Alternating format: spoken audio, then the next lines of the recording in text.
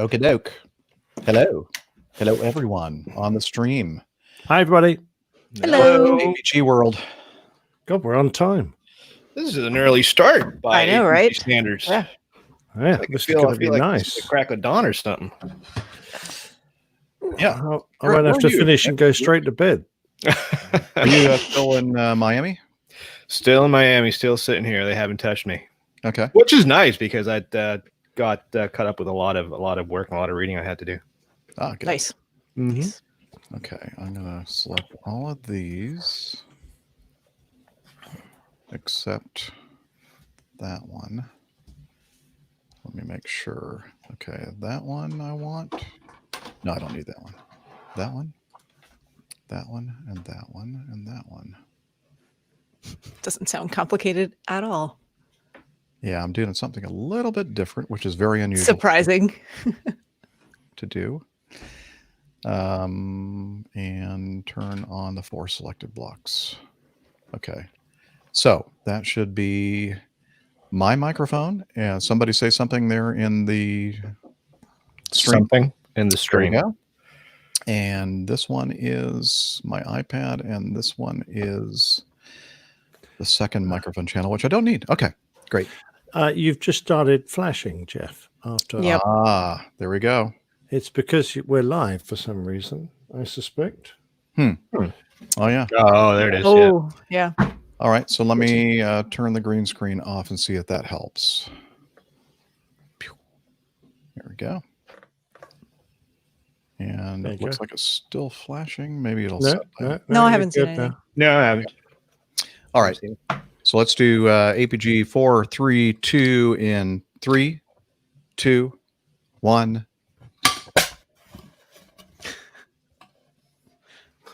I'm just trying to work out, after all these years, that still amuses you. We're simple people. That's right. That's right. It is amusing. Okay. All right. Let's go over here to the screen that I'm using today is not as large as I'm used to. So it's got to cram a whole bunch of different things. I have to be very careful about how I'm saying this. It won't help. No matter what I say, it's going to sound. No, It'll be wrong. yeah, Just get the button ready. You're past V1 regardless. I'm sorry. Yeah, yeah. Okay, so never mind. I'm not going to say anything else. Let's go to the intro page here, and that is ready to go over here. And okay, Liz, are you ready for us to start? Sweet. I can hear her in my ear. That's cool. Very nice. Okay, here we go. So you can't hear the Airline Pilot Guy Show. The View. But we can hear Nick. Yes, talking over. I was just making a little comment and you started. That's okay. Actually, I could have just, cut that out. Could have. That was a separate track, but I'd rather just embarrass you and start over. That's all right. I'm not the least bit embarrassed, but carry on. I know you're not. You're listening to the Airline Pilot Guy Show. The view from our side of the cockpit door. WAPG. It's the Airline Pilot Guy. Airline Pilot Guy episode 432. Yeah, he's up in the sky. It's the Airline Pilot Guy. Hello, you're listening to the Airline Pilot Guy show, the view from our side of the cockpit door, with your host, Captain Jeff, broadcasting live from Studio 1A at APG headquarters in Roswell, Georgia. Today's show is recorded on the 3rd of July, 2020. Yeah, he's up in the sky. It's the Airline Pilot Guy. It's your ride and it's flying by. With the Airline Pilot Guy.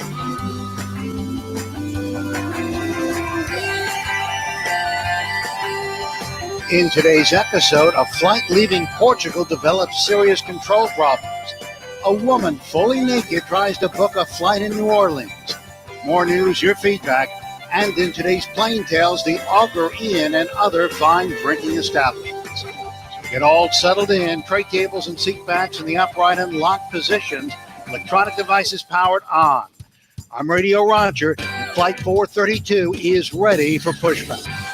Hello, thank you, Radio Roger. He is an Emmy Award-winning TV and radio professional in the nation's largest number one news station in the nation. Let me try that again.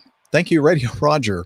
He's an Emmy Award-winning TV and radio reporter, currently at the number one all-news station in the nation, 1010 Wins. Welcome to the Airline Pilot Guy Show. It's an aviation podcast covering the latest in aviation news and answering your great feedback.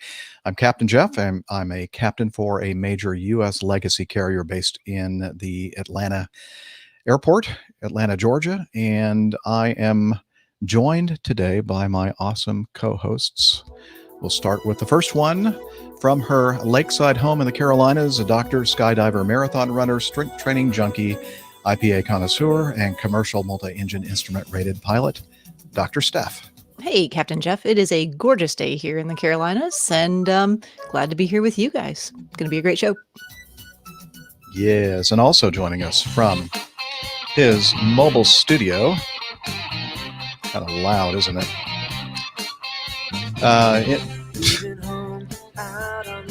Trying to adjust the volume on it. It's not working. It's a good tune. Why would you? Yeah, I know. Let's just sing along, shall we? There you go. From his mobile studio in Miami, Florida. World traveler, airplane mechanic, Breitling cognoscenti, and fitness hound, international air freight captain. It's Miami Rick. Hello, everybody. Well, we get a hold of this beautiful track here. Happy to be here. Happy you're here. Looking forward to another great show. Awesome. All right. Don't carry me too far away. And also joining us from his studio in the English countryside, a professional photographer, former RAF, RAAF fighter pilot, retired captain for an international airline based in London. It's Captain Nick. Well, hello, Jeff, and hi to my wonderful friends in America, and of course our superb listeners all over the world. All right, good to have you all. And let's get going right off the bat with the news.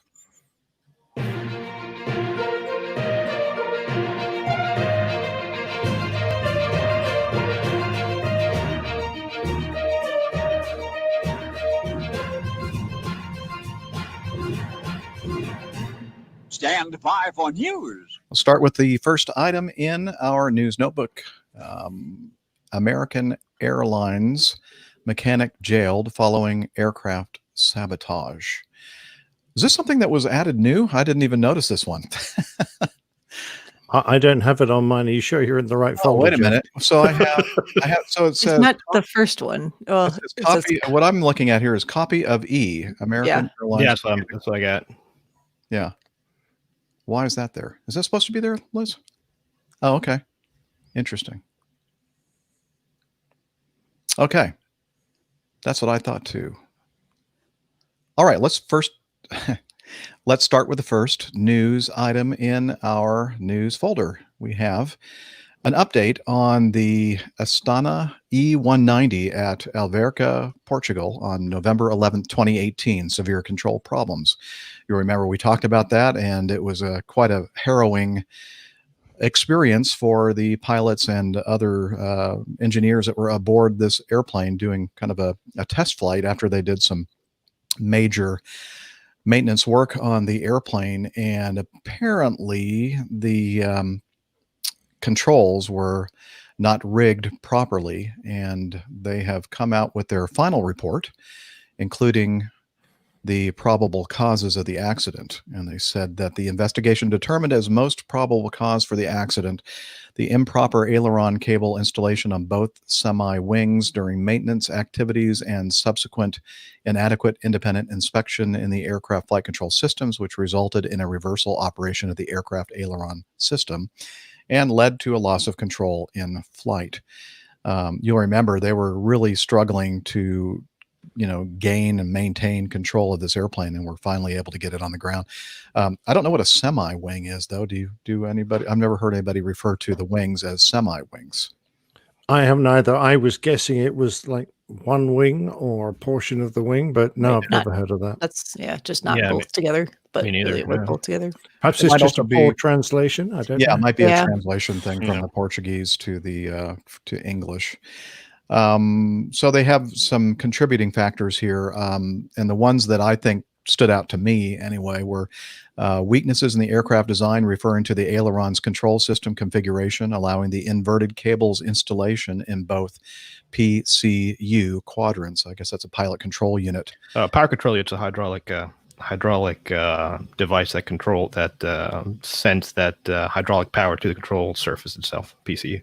Okay. So apparently they designed it so that you could improperly install these cables. And I think, Nick, you even mentioned when we were talking about this incident to begin with, that it should be designed such that you cannot improperly connect a cable into the PCU quadrant. Yeah, for decades, I think we've assumed that people will design a control system, particularly something as vital as this, so that they can only be connected in the correct way. So the fittings just literally cannot mate if you try and connect the wrong cable to the wrong device. Now, I don't know in this aircraft whether we're talking physical steel cables or electrical cables. Does anyone know? I believe the Embraer has a fly-by-wire system, so but I honestly don't know. I mean, I've never flown an ERJ or an Embraer jet, but if it's a fly-by-wire system, I'm sure we're going to get checked above the 50% mark here down the road. But I would imagine it has to do with electrical connections. But I'm not sure. But at some point you got to have the actual cables moving the actual aileron surface itself, right? So maybe it was the actual physical cable going from the aileron surface to the PCU, and then everything from the controls and the computers are electronic to Well, the PCU, the power control unit itself, is connected to the control surface directly. Yeah, so there's no cable there. So in a fly-by-wire system, you'll have obviously you will have a certain degree of conventional cables, depending on the design and the aircraft. But on the 777 and 787, you basically have position transducers, and we can start with the encabulator if you like. Position transducers at the where the flight controls are, and then the distance is translated into control input, and then that is sent to a flight control computer, which processes that information and sends it out to the PCU and deflects the flight control as required. So the PCU is connected to the flight control surface usually. Yeah, I mean, I just keep reading over this. It keeps talking about the cable installation was improper. So I think it was actually and it's interesting because I in my day I did several acceptance flights after jets were released from heavy maintenance, and obviously one of the things you want to make sure that is correct is obviously the deflection of the flight control surfaces, and maybe it's my background as a mechanic, where it's not that I don't trust whoever did the work, it's just that I'd rather see it for myself. Obviously on these newer airplanes, you have a page either on ICAS or ECAM or whatever the case is, that tells you the position of the flight controls as you deflect them. But that doesn't always coincide with what the flight control surface is doing, as we see in this instance, because I'm sure part of their pre-departure briefing and checks, I'm sure they check free and full flight control deflection. So what I used to do is while the other pilot was in the flight deck, I'd go outside and over a little two-way radio, just make sure that when he pushes forward, the elevator goes down and then up, and then ailerons left and right, because you can have a proper indication of flight control deflection in the flight deck, but as we see here, something could go wrong and they could actually be operating in the opposite direction, which is obviously makes for a very bad day. So, but yeah, it's They're very sad here.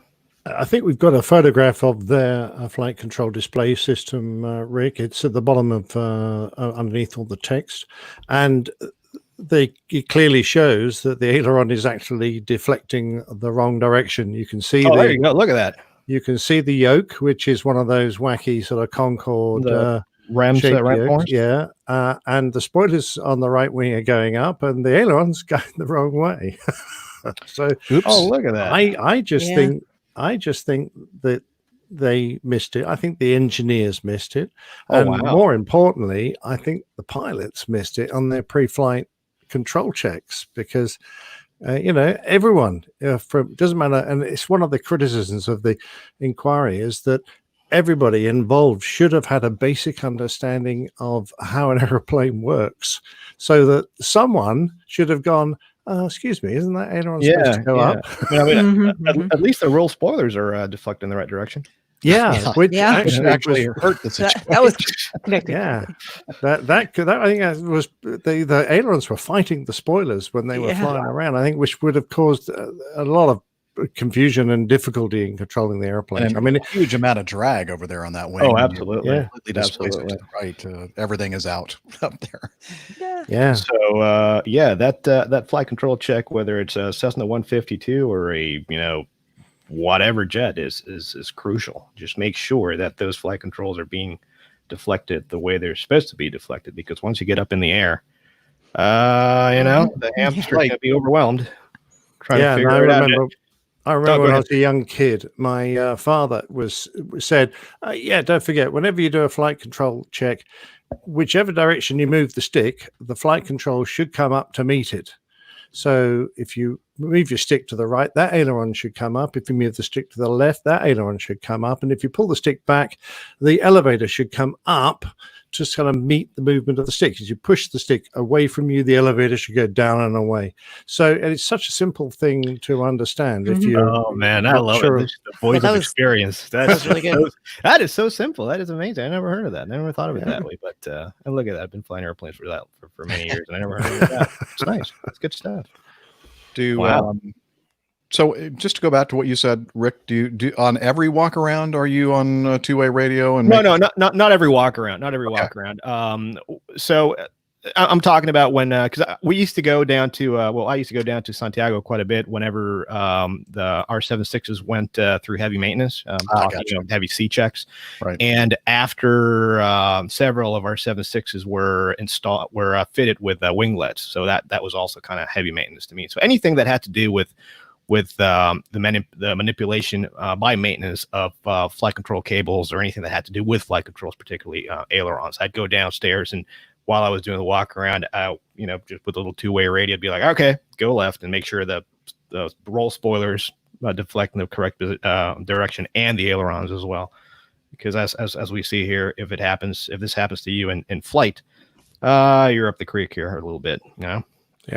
So it's amazing how common it is, though. There are a number of accidents over the years where this has happened.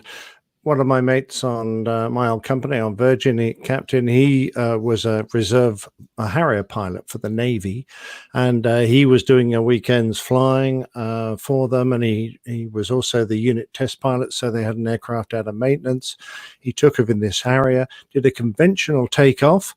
The airplane performed perfectly normally. When he came back at the end of the mission into the hover, of course, as you slow the aircraft down, the aerodynamic controls become useless, and the stick is now connected to a set of reaction controls, puffer jets that are on the nose tail and the two wing tips. And they connected the puffer jets for the wings the wrong way round.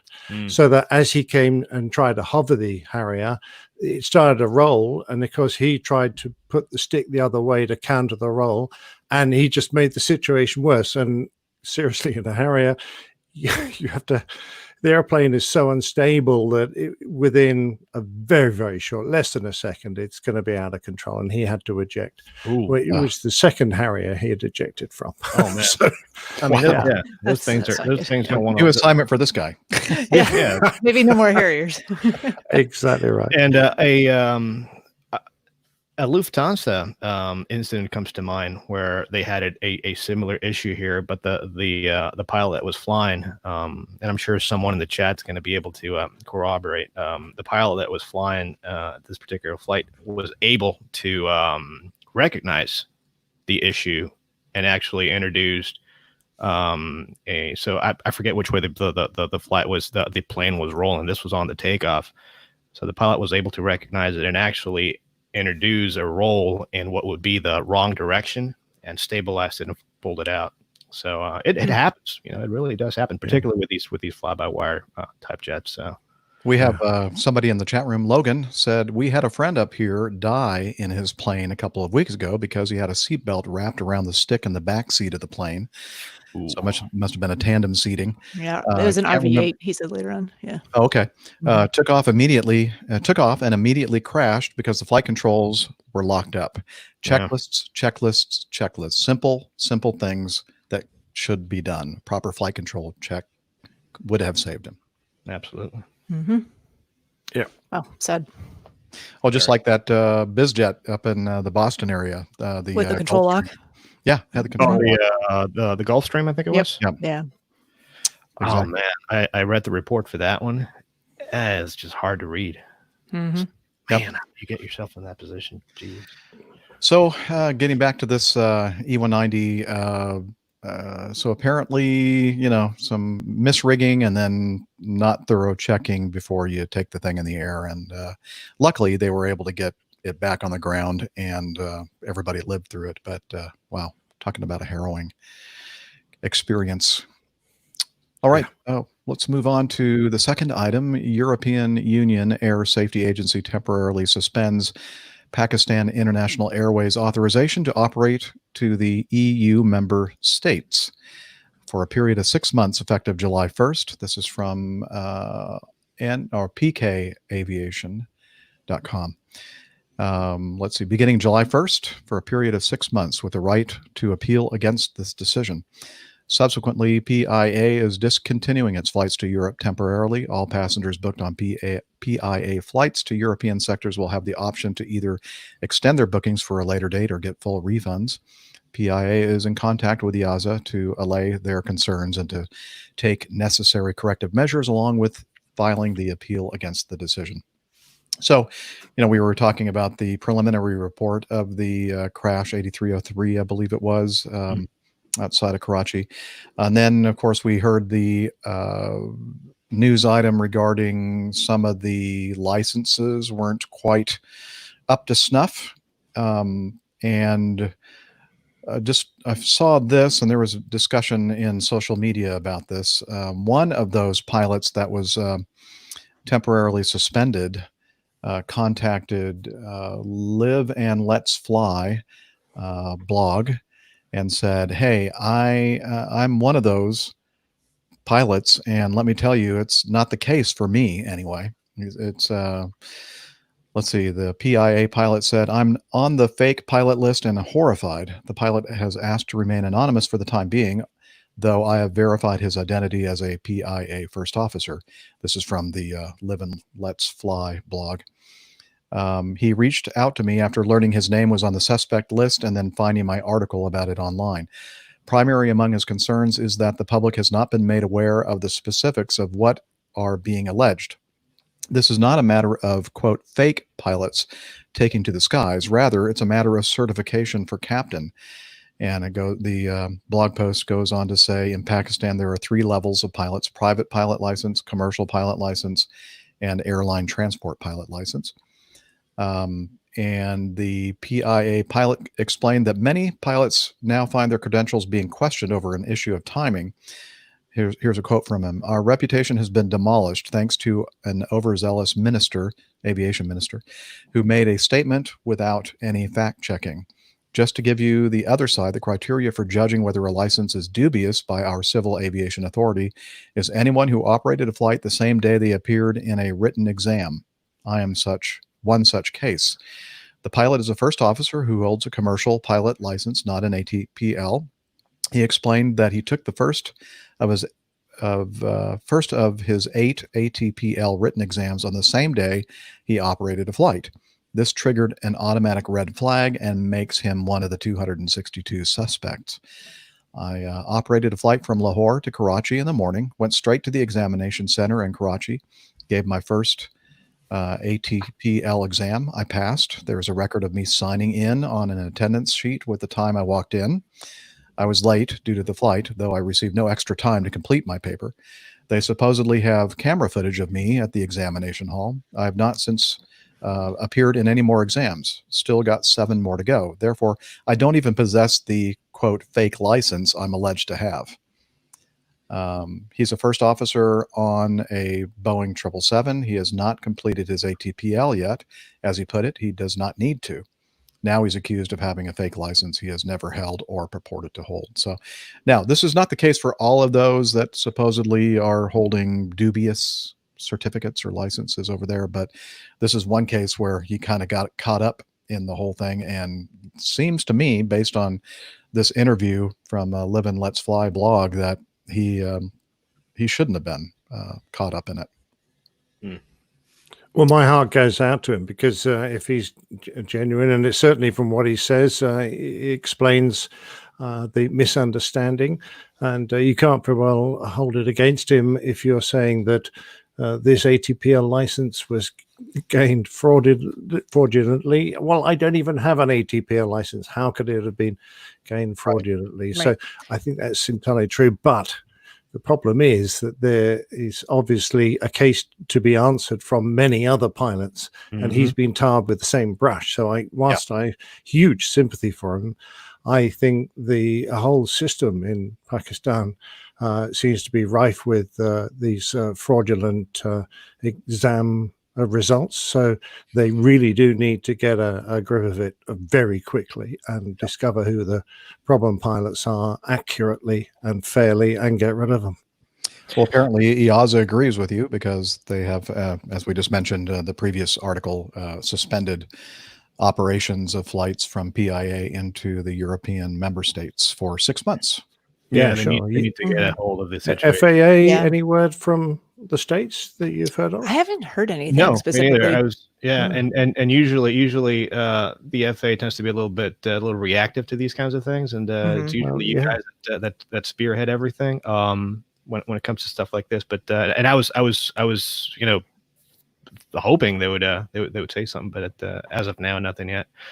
And then it's just to expand a little bit on this, and from experience, when I was an FO, it works exactly like this. So you're not required, or at least back when I was doing it in Chile, you're not required to have an ATPL. So you fly with a commercial multi-instrument license, and when it's time for you to upgrade, you do just that. You take your ATP written, and your actual ATP ride is done in a level D simulator. So it's funny, because I have all the ATPs that I have, which I have 3. I've never taken an ATP ride in anything but a simulator. And when I got my ATP here in the United States, before coming to Acme Giant, I actually got my ATP ride and 747 type rating on the same ride. So that's kind of how it works. But yeah, obviously you have to. I see how this would have flagged this poor fella. But like Nick was saying, he's being painted with the same brush here. But they do need to get to the bottom of this, because I mean, it sounds like the system is set up such that it leaves room for people to take advantage of it. The way they're flagging different things, and some people get caught up doing things legitimately, and other people seem like they're taking advantage. No, absolutely. And not to mention the fact that the FAA is quite busy right now, according to Captain Rizzo in our chat room. Mr. Bravo clearance. Mr. Bravo clearance. And that's right. Vegas. Yeah, the guy's famous now, isn't he? Wow. One November Romeo. Everyone knows that guy. Yeah. Oh, one thing here. Ludger in the chat says that going back about that Lufthansa flight, he was saying that on the Lufthansa flight, the FO took over. Only the captain's side was misrigged, so which is about 50% there. But I do remember something about a Lufthansa flight there having a little Somebody bit. Somebody say 50%. Boom. Yeah, hey, Thank Well you. done, guys. Very nice. Above the line. Above the line. I love it. You just get you get corrected on the fly always- here. It's awesome. Yeah, very nice. Just a reminder to those of you listening to the audio only, if you ever get a chance, make sure you're following us on the social medias. And when you see that we're going to be doing a show live, you should join us. You'd have a lot of fun. We have a great group of folks and some others in the chat room right now. So, and you all know who you are. Yes. They do. Talk about dubious characters. Yes, No, dubious. just kidding. We love you guys. Let's see. Moving on. Another military incident. Details remain very limited, but a crash involving one of the 20th Fighter Wings F-16s occurred on the evening of June 30th, 2020 at Shaw Air Force Base in South Carolina, I believe. Flames and emergency vehicles could be seen on base as the incident unfolded. Or is that North Carolina stuff, Shaw? I have to look. I don't Yeah. actually know. Anyway, Hold on. well, it's one of the I'll get Carolinas. 50% here in Thank you. a second. So, statement from the base reads: a U.S. Air Force F-16CM Fighting Falcon assigned to the South 20th Carolina. Fighter Wing. Thank you. I thought it was South Carolina. Oh, that's right. It's in Sumter. Yeah. It's right there. Crashed at approximately 23:30 yesterday here on base, June 30th. At the time of the incident or accident, the aircraft was on a routine training mission with one pilot on board. Shaw Air Force Base emergency responders are on scene. The cause of the crash, as well as the status of the pilot, are unknown at this time. And then it goes on to give us an update. It pains us to report that the pilot has been declared dead. The pilot of the F-16CM that crashed at approximately 11:30 in the evening on June 30th during a routine training mission here at Shaw Air Force Base was pronounced dead. The name is being withheld for 24 hours. I have the name. I don't know. You do? Yeah. First Lieutenant David Schmitz. Okay. Yeah. Yeah. Well, that's sad. And it must have been something to do with perhaps a takeoff or landing incident because it was right on the base when it occurred, right? So Nick, SC stands for South Carolina. To answer your question in the chat room. Sorry. Jeff, she's reading the chat room. Stop her. stop reading the chat room stuff. Sorry. Yes, we have now determined, which is a It's very the state important. I live in, Nick. Where I am currently sitting. It's apparently SC. very I was important. that we trying to be nail down subtle the about states. it. Not subtle. Not subtle. Sorry, Jeff. You were asking a serious question or saying something serious? No, yeah, he was saying that it does seem like it was a something during the takeoff here because it Takeoff or landing. takeoff or landing, right? One of those where they're near the runway, apparently right on the base itself. So maybe we'll find out more as the investigation starts. It's a bit of a bad run of luck, isn't it? It never is luck, of course, but it's always nasty to have a series of incidents. They may not be related, but it makes everyone have a sharp intake of breath when you lose F-15s, F-35, F-22, C-130, and a second F-35 in a relatively short space of time. So I have no doubt the flight safety departments in the United States Air Force are going to be taking a very close look at all these incidents. Yeah, it's going to be interesting to see what they come up with here. But it's once you start seeing a lot of mishaps very close together, it's I think it's time to pump the brakes and go, well, what's going on here? Yeah. Kind of, just hang them up for a little bit and try to figure out what the deal is. Just make sure there's not some sort of common thread somewhere. My anecdotal experience is that when something like this happens, I don't know if the entire Air Force has ever done this, but like your particular command usually does a safety stand down and just like says, okay, nobody's going to fly for like a few days. We're all going to have briefings and meetings and try to get a grasp of what's happening here. Why are we losing all these? But it's interesting here because you obviously have the Air Combat Command with all the F prefix jets, and then I guess the C-130 is an AMC bird. So. But I absolutely understand if this starts to happen, you need to, as we said, kind of pump the brakes and figure it out. Yep. Faux show. All right. Well, let's have something with a little bit more levity. This next item, a completely naked woman not a partially naked, completely naked woman tries to book a flight at the New Orleans airport. So I guess I should probably play this for just a little bit.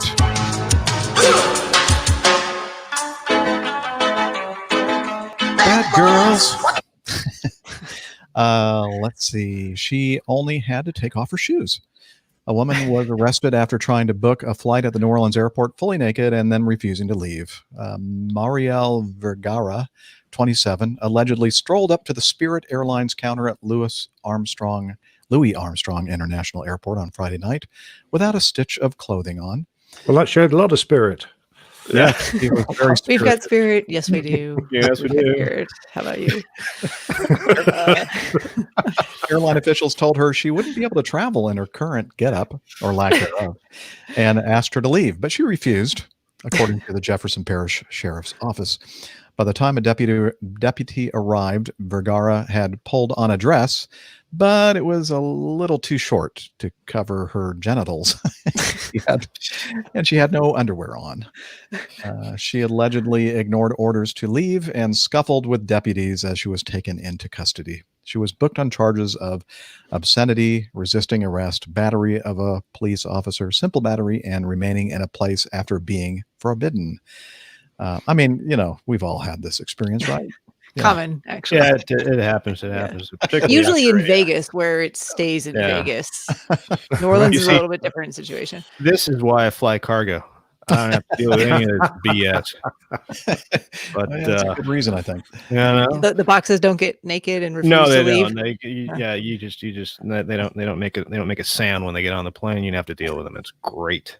But apparently here she took the party from the French Quarter all the way to the airport. And more power to her for that. Oh, yeah. It's that's interesting. Man. Yeah. Imagine having to deal with that. Nah. No. Apparently I'm guessing she may have been under the influence of something. Oh, no. I think she was fine. I mean, It was fine. Well, she might have just been a naturist. Exactly. Very much so. a nudist. I think so. Exhibitionist. I don't know. Looking at her. Is there Mugshot there. actually a law against flying in an airplane naked? I think there probably are several laws. I'm sure there are several laws, but how about flying in an airplane naked? I mean, once you're on the airplane, is there a specific law against it? Probably just comes down to the airline. Hey, at least her going through TSA if she's scared is gonna be really easy because Yep. Oh yeah, you you got nothing. Keep going. Nothing to declare. There you go. Just clear. She likes traveling light. Flight on Spirit. Like, I don't want any extra, cabin baggage fees or anything. So we'll Nothing. just It's like she took it to literally. It's that whole no frills is only applies to carry on. It's clothes are okay. How do you know she had no frills? Well, clearly she doesn't have a lot of frills. Well, if she had any, we would have been able to see them. No, I wouldn't want to see that. Thank you. Yeah, me neither. Mm-mm. Okay. And finally, this is some sad news. Boeing company hasn't told the employees yet, but the company is pulling the plug on its hulking 747 jumbo jet, ending a half-century run for the twin aisle Pioneer. The last 747-8 will roll out of a Seattle area factory in about 2 years, a decision that hasn't been reported but can be teased out from subtle wording changes in financial statements, people familiar with the matter said. It's a moment that aviation enthusiasts long have dreaded, signaling the end of the double-decker four-engine Leviathans that shrank the world. Airbus is already preparing to build the last A380 jumbo after the final convoy of fuselage segments rumbled to its Toulouse, France plant last month. Yet for all their popularity with travelers, the final version of the 747 and Europe's Super Jumbo never caught on commercially as airlines turned to twin-engine aircraft for long-range flights. While Boeing's hump-nosed freighters will live on, the fast-disappearing A380 risks going down as an epic dud. That wasn't me. I didn't say that. Oh, nope. It was who wrote this article here? Doesn't mean I don't agree. It was Julie Johnson at Bloomberg. So Julie Johnson at Bloomberg.com. Yeah, I don't know. So let me see if I can find my place here. I had to scroll up. Well, the grand jetliners also face another indignity. The COVID-19 pandemic threatens to leave their manufacturers scrounging to find buyers for the last jumbos built. As it turned out, the number of routes for which you need an ultra-large aircraft are incredibly few, said Sash Tuza, an analyst with Agency Partners. Boeing's Queen of the Skies debuted in 1970, an audacious bet that transformed travel but almost bankrupted the company. Passenger versions boasted a spiral staircase to a luxurious upstairs lounge. Freighter models featured a hinged nose that flipped open to load everything from cars to oil drilling gear. The 747 went on to rack up 1,571 orders over the decades, second among wide-body jets, only to Boeing's 777. Wow, I didn't realize they made that many 777s. The millennial era A380 could haul as many as 853 passengers and reflected Europe's lofty aerospace ambition. But by the time it arrived in 2007, airlines were already tilting to smaller planes that burned less fuel. Boeing correctly anticipated the trend with the twin-engine 777 and the 787 Dreamliner. With prodding from Joe Sutter, a famed engineer who led the original 747 program, the plane maker decided to develop a relatively inexpensive upgrade of the four-engine plane to steal sales from the A380. Anyway, so the article continues, but the bottom line is that I think the remaining 747s are slated to go to, is it Emirates? No, they don't fly. No. I don't believe there's UPS, any. I think. Yeah, UPS. I don't think cargo. they haven't made a passenger 74 in a long time. And off the top of my head, who operates passenger 74-8s now? It's China Airlines, Korean, Lufthansa, and I think that's it. There really weren't that many passenger version customers for that one, but -8 freighters and 747-400 freighters, even 400 BCFs or converted freighters, they're still going strong. Now, as the article here states correctly, I guess critical and the most attractive part about a 747 freighter is the fact that you can just hinge the nose up, and it's so easy to load and unload, and you can actually load and unload from both positions, the nose and the main cargo door in the back on the left side of the jet. They might be closing the line down, but the 74 is gonna live on for a long time to come, because there's really nothing else like it. On a 747-8, you're talking about a 240,000 pound payload. Over thousands and thousands of miles. Yeah, you're flying on four engines, but what other plane can carry 240,000, 120 tons of cargo? It just doesn't happen. Now the Dash 400, you contrast that with the 777. The 777 max payload is 105 tons versus 120 on the Dash 400. Yeah, it's 15 tons. And yeah, you're carrying 15 tons less with only 2 engines, but those 15 tons, it's a lot of weight. You're talking about 30,000 pounds of load there.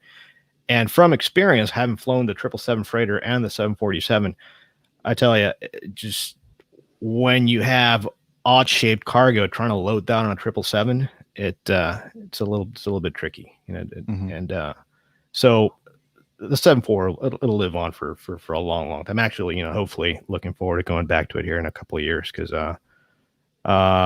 it's a beautiful plane to fly, and I can't wait to fly her around the world for a couple more years. As Commander Rick. Oh no, Commander in Chief. No. I have to say, I love that very first picture, which stretches back to 1966. And it really does illustrate the enormous change that the wide bodies created at that cabin area. And I'm trying to describe it. It's they've got a 3-4-3 configuration. They look big and roomy seats. The cabin looks vast. It looks very impressive. I can understand why at the time when it came out, it looked like and continued to be such a world beater. Passengers loved it. There's no doubt about it. It was definitely a more glamorous time of air travel there, right? Yeah, no naked people there. So No naked no, people. no. No, no. No. Well, I bet. No, never mind.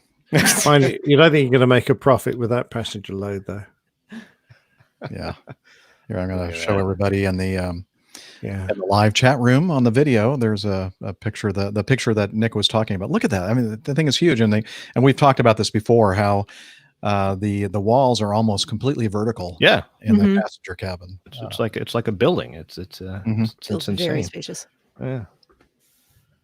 The good old days, right? Oh yeah. Yep. Oh man, I wish I'd been I would have flown passengers back then. You know, Oh, would you? I could have been I would have been I would have been okay with being a Pan Am Pan Am, pilot. yeah, you know, I could like see that. late Yeah. 60s, mid 70s. Retire. Yeah, by, me by- too. That by- would have by- been by the 80s would have been great.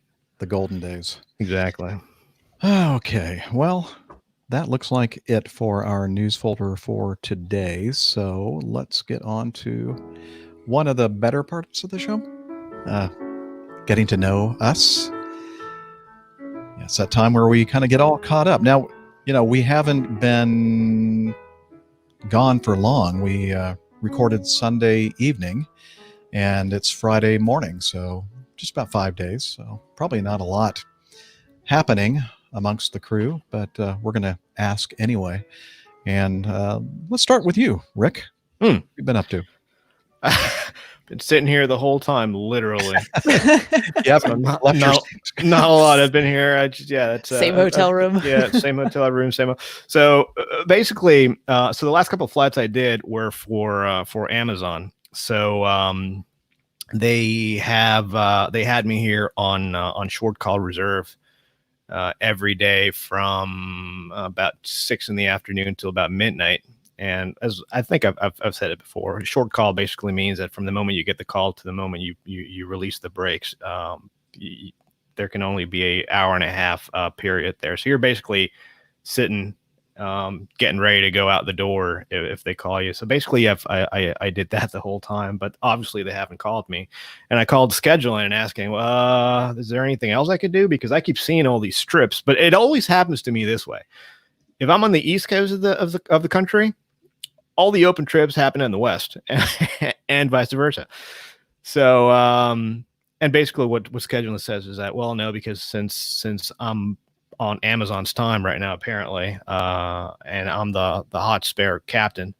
Yeah, I guess I'm the hot spare captain. No, I'm just kidding. Hey, now. I can't move from here, so I've been here the whole time, which is good because I caught up on a lot of reading. The training department pushed out the new quarterly training, systems training, so I went through that and I got caught up with other stuff I had to do. Been to the gym every day down here, and yesterday it was nice because I actually went out and got myself a nice full rack of ribs and a bunch of beer and walked around, and it was good. So I just basically paid vacation here in Miami, so not complaining. So have you been on any other podcasts recently? Oh, that is correct. Yes.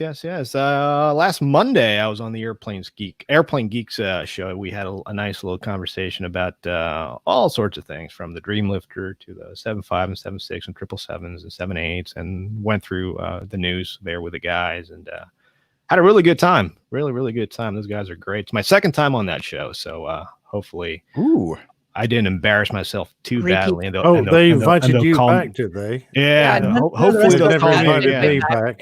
No. Oh, I haven't been invited back. No. Me neither. Wow.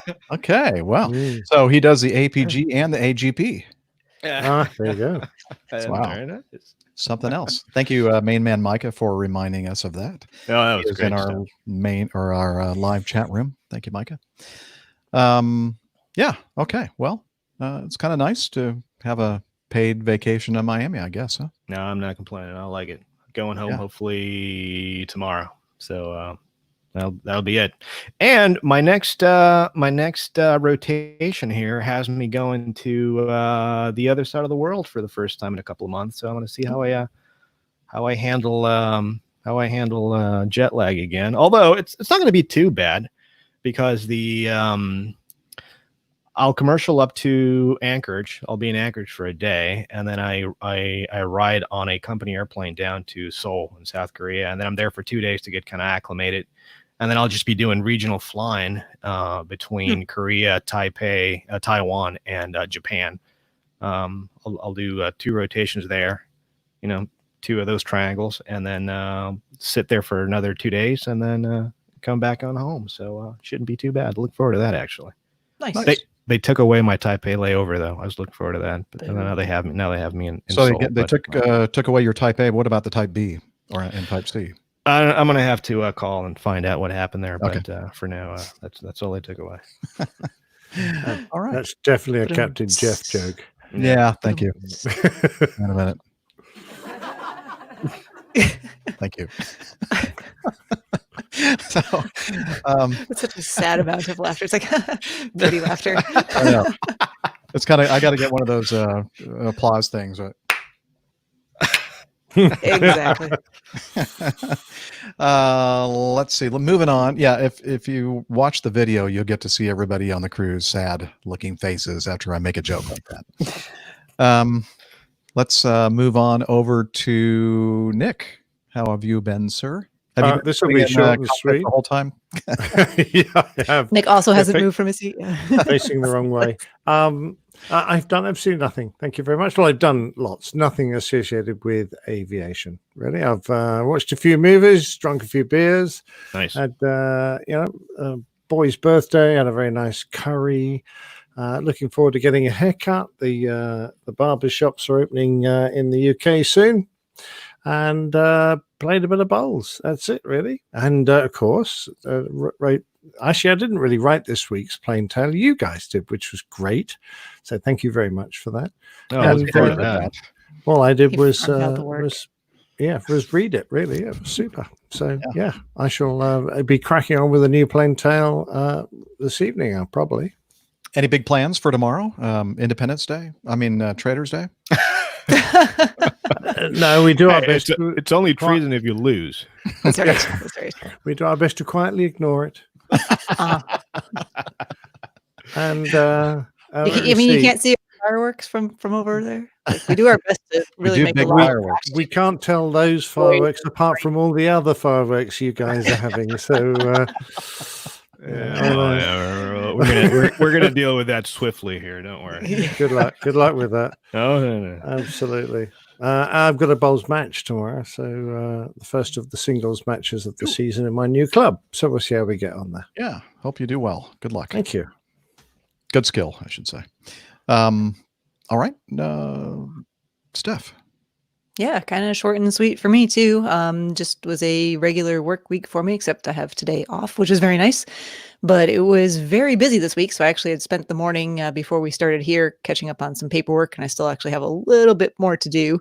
Because in true Steph fashion, I tried to get out the door early, but had misplaced my wallet because that's never happened to me before. No, that never happens. Spent a little extra time fumbling around looking for that before it was located. Did sneak in a little bit of flying between last time we talked and today, a little Nice. cross-country flight. So yeah, that was nice, and it's been hot. Yes, it has. And it's going to be very hot this weekend. So Hot. And hopefully there'll humid. be a little bit of lake time this afternoon to cool off. Probably not as hot and humid as it is in Miami, but still, Oh no, down here it's brutal. the Carolinas and Georgia, it's been sweltering. Mhm, Yeah, mhm. but it's July, so that's typical, I guess. Yeah. I don't have a lake to head out to and cool off in. Oh well. But yeah, other than that, and I'm trying to ignore a bunch of messages I'm getting right now about plans for this weekend because it is a holiday, and apparently all my friends are not working either. So maybe we'll do have some meetups, get-togethers, and barbecue and all that good stuff. Maybe a nice. little home fireworks show. Well, you'll have to tell us all about it on the next show. Will do. I received some snail mail, a nice little note from Jeff Jet from Jet Fuel Java, the wonderful coffee roaster that he's the proprietor of out in Washington State. And he wrote the note on. Can you tell what this is? It's a little individual. Oh, filter, like a little Melita or whatever brand it is, for like a pour over. And he says, here, I need to switch my glasses so I can actually read this. Captain Jeff, thank you for the love you have shown Jet Fuel Java. We deeply appreciate you and the APG community. To show our thanks, here's our belated Father's Day package. I hope you enjoy our new roast. I haven't tried it yet. I'll let you know, though, Jeff. Perfect timing, though. I'll take that with me on my trip out to California, which will be leaving Monday morning. Talk about that in a minute. P.S. Here are some masks for the APG crew that my girlfriend made. These will also be made for sale on our website to help keep our aviation professionals safe. Tailwinds and blue skies. So that's from Jeff Jet of Jet Fuel Java. So let me show you first the masks. At some point, I'll be giving these to everyone. We'll start off with the Miami Ricks. Oh, they're individually made? Yeah, Oh, wow. each one has like a little personalized? customized with the, yeah. So Cool. this one is appropriately Look at Excellent. that. little Jet airliner on there. Man, look at that. I love it. Okay, and let's see. Okay, let's see if you guys can figure out who this one is for.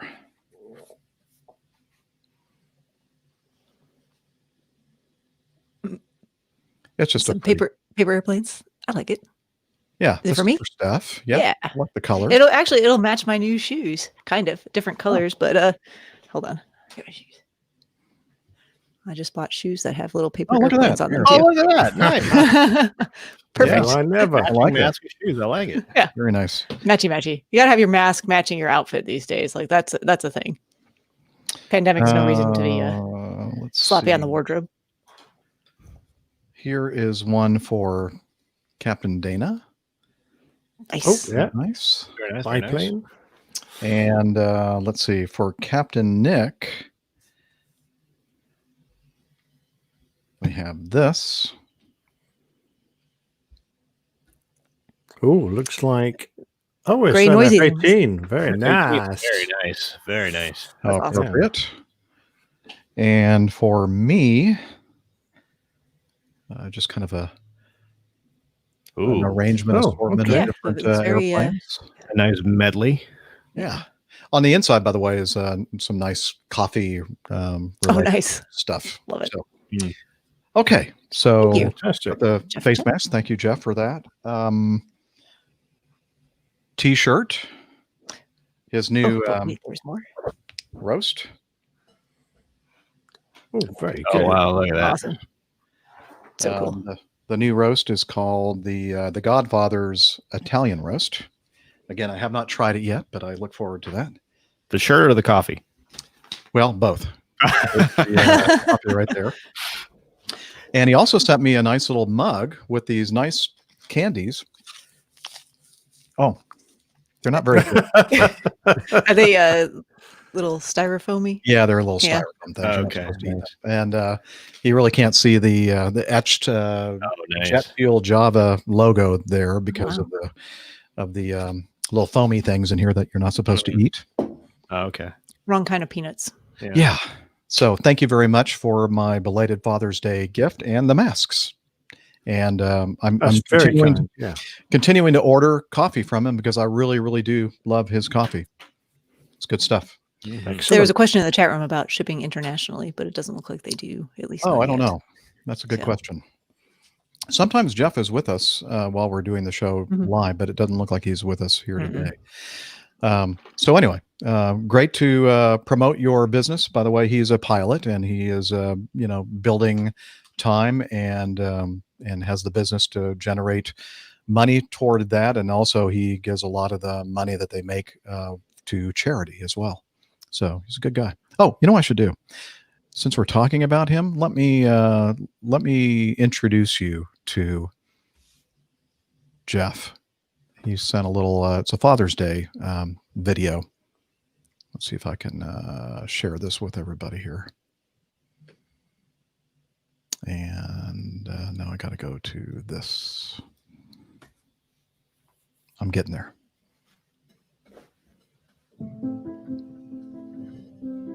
Can you guys hear that? Yeah.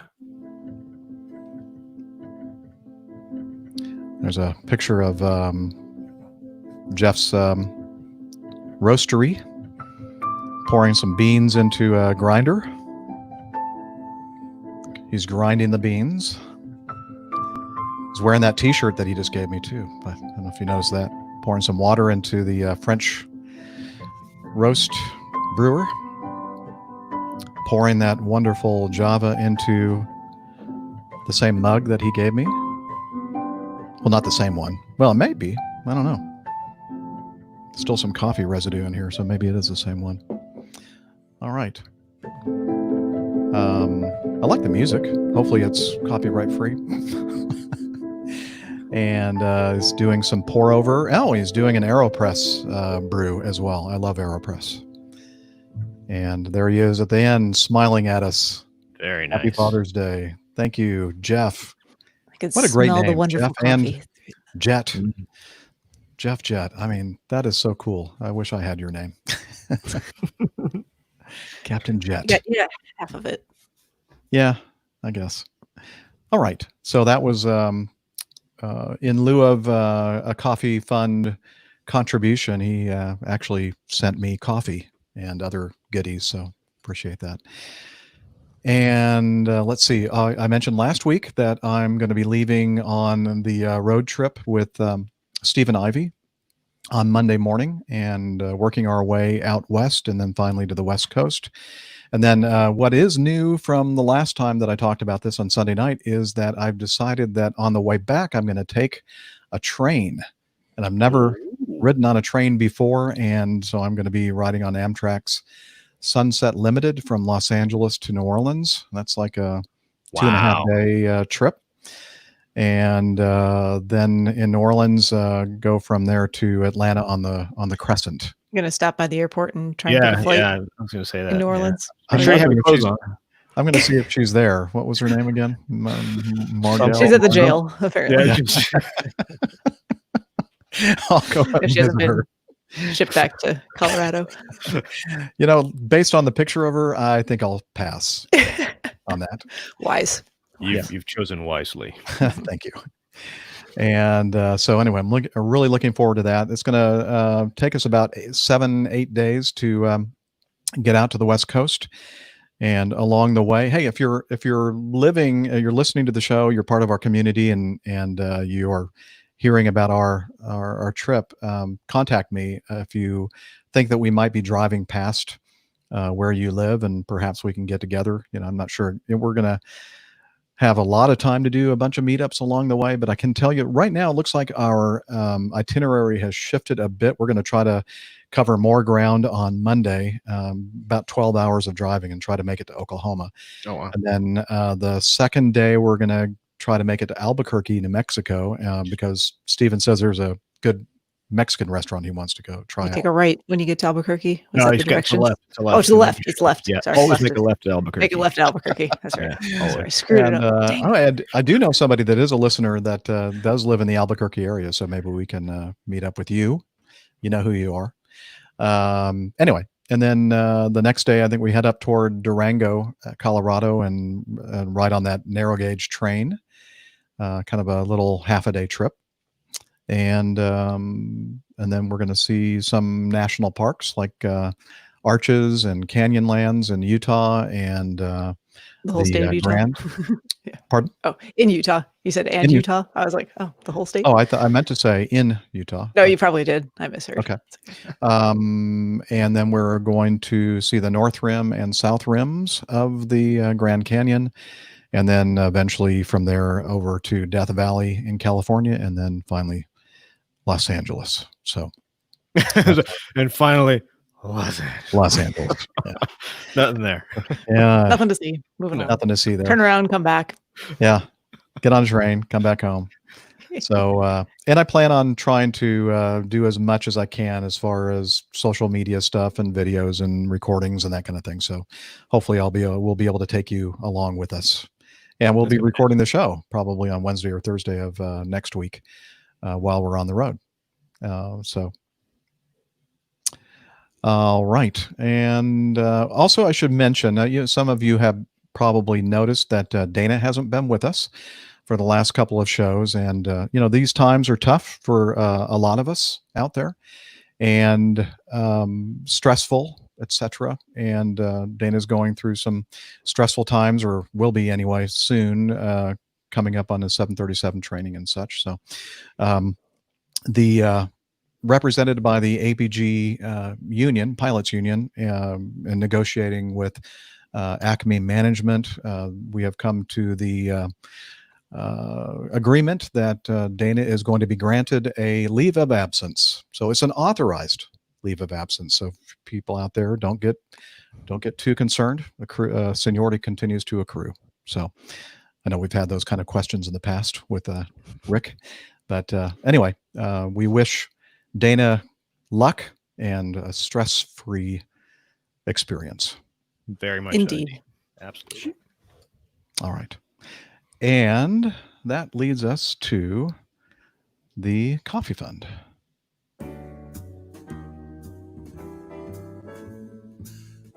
Johnny, how much more coffee? No thanks. I love coffee. I love tea. I love the APG community. I really do. Coffee and tea and the Java and me. A cup, a cup, a cup, a cup, a cup. Alrighty. Let's see. Since the last episode, a couple different ways to contribute to our show. One is the Coffee Fund Classic method. Let's see. We have Alistair Kerr, Zachary Lorden, Roger Stern. Roger Stern, come on, Roger. You don't need to send us any money. You do that great intro every show. And Randy Ackerman. But we're not going to give you your money back, just to let you know. But you made that mistake. Sorry. Also, the Coffee Fund patrons via patreon.com. We have a new executive producer, Gail. I think Gail's with us in the chat room. Thank you, Gail Lucas. She is a new executive producer. And if you're interested in joining this great group of folks who support the show financially, please head over to airlinepilotguy.com/coffee. We use this money for equipment and ongoing costs, website hosting, media hosting, and meetups. And we'll certainly get back to the whole meetups thing, hopefully very soon in the future here. So again, airlinepilotguy.com/coffee. Please join us. You'll be glad you did, and we will too. Oh, that's true. Captain, incoming message. Yay! Feedback. I looked up the video. I'm thinking, what's going on? Where did everybody go? That was your moment to shine. Yeah, and that layover with the coffee fun stuff. Oh, okay. So I wasn't kind of even gets a little busy with us in the gotcha. background. I wasn't looking at the StreamYard feed at all. I was looking at all these other things. We just thought we were done for the day. It's a holiday, yeah. right? It's like, quick, well, he's not looking. Leave. That would be kind of fun, wouldn't it? Just like everybody leave. And I'd be sitting there going, what? Where'd everybody go? Nah. All right. Let's see. Let me get to the feedback page here. Anybody need to take a break? Just did, thanks. Not yet. Okay. Very good. Well, let's start with the first time in our feedback then. This is from Mike. And I think it's Mike Odorny. He says APG 429. So he's giving us some feedback in reference to that episode. And apparently we were talking about something called Pykrete, Pykrete. Most of the references to Pykrete refer to the British version, but barely or rarely mention the American version. My grandfather, Albert Lewis Clapp, modified Pykrete by using textile fibers instead of wood. This solved the cold creep problem with wood fiber. Also, the American application was to build a floating airport instead of a moving aircraft carrier. The intent was to build a series of ferry fields to enable the B-29 to reach England. The existing network of B-17 fields were too far apart for the B-29 and its unreliable engines. Having a number of landing sites meant it was more likely to recover a balky airplane rather than ditch it. The floating ice fields were roughly square and had 4 propellers on them to keep it on station and oriented for best winds. The slowness of the B-29 development, as well as need for the B-29 in Europe, waned, killing the American floating ice airport project. Wow, I didn't even know there was such a thing as floating ice airports, or the fact that they were Yeah, even thinking. I did know about that, but it literally didn't really get off the drawing board. So Interesting. Interesting concept, though. I mean, how it's almost like a oversized carrier, and I like it how it's got these. You just orient it into the wind, kind of like a carrier does. Except on a carrier, you just go full speed ahead into the wind, and that gives you that extra. well, mind you, they could have built circular ones, and then you could have just landed in any direction. I know, right? But Oh, no, not with the circular airports thing again. Come on. Thought we were finished with that. But, once a news cycle gets slow. No, we're gonna open see that more can of worms articles. again. Just Yeah, I launch know. right back into it. Also, he says one little known aspect that was brought up was the weapons carried by the balloons. Hirohito did veto the use of anthrax, but did allow other poisons as well as radioactive waste in addition to the explosive and incendiary bombs. Few reached land, but many were fished out of the water and numerous substances were found. Thus, Japan was the first nation to use atomic weapons. I guess you could say that. So, wow, I didn't realize they were using radioactive waste in their Yeah, I think I bombs. mentioned that in the plain tale. Oh, yeah, I remember now. Yeah, of course you do. And I actually found a bit extra because a couple of American servicemen interviewed the Japanese at the end of the war, Colonel Torato Kunitake and his major. And they said that in respect to this, they confirmed that even if the war had continued for another year or so or more, the balloons would not have been used in the upcoming winters because they had decided that they were just too hard to make. They didn't have enough materials, etc. And they confirmed that they didn't use any biological or chemical weapons in the attacks. So not too sure about the poisons side of it. We knew they threw some radioactive waste in some of these balloons, but mainly they used incendiaries and high explosives. What do they call it? Dirty bombs when you use spent radioactive waste? I guess, but I don't know how effective it would have been. I mean, these weren't huge weapons, but and they wouldn't have used a great deal of explosive with them. But I mean, yeah, it could potentially could have been nasty. Well, very good. Thank you for the feedback, Mike. Second item. We talked about on a previous show, I believe it was 430, in the use of reverse thrust in flight. Oh, that old can of worms. Yep, we have several people that want to have something to do with this can of worms. Actually, this one and the next one. Feedback are regarding that. Let's start with this. Peter says, hello, APG crew. Last show's discussion, or a couple of shows ago, of using reverse thrust in flight, and I'm reminded of a story told by Captain Steve Thompson, retired Eastern Airlines, in which he said he could deploy the reverse buckets on the 727 just before touchdown to shorten the roll and smooth out the landing.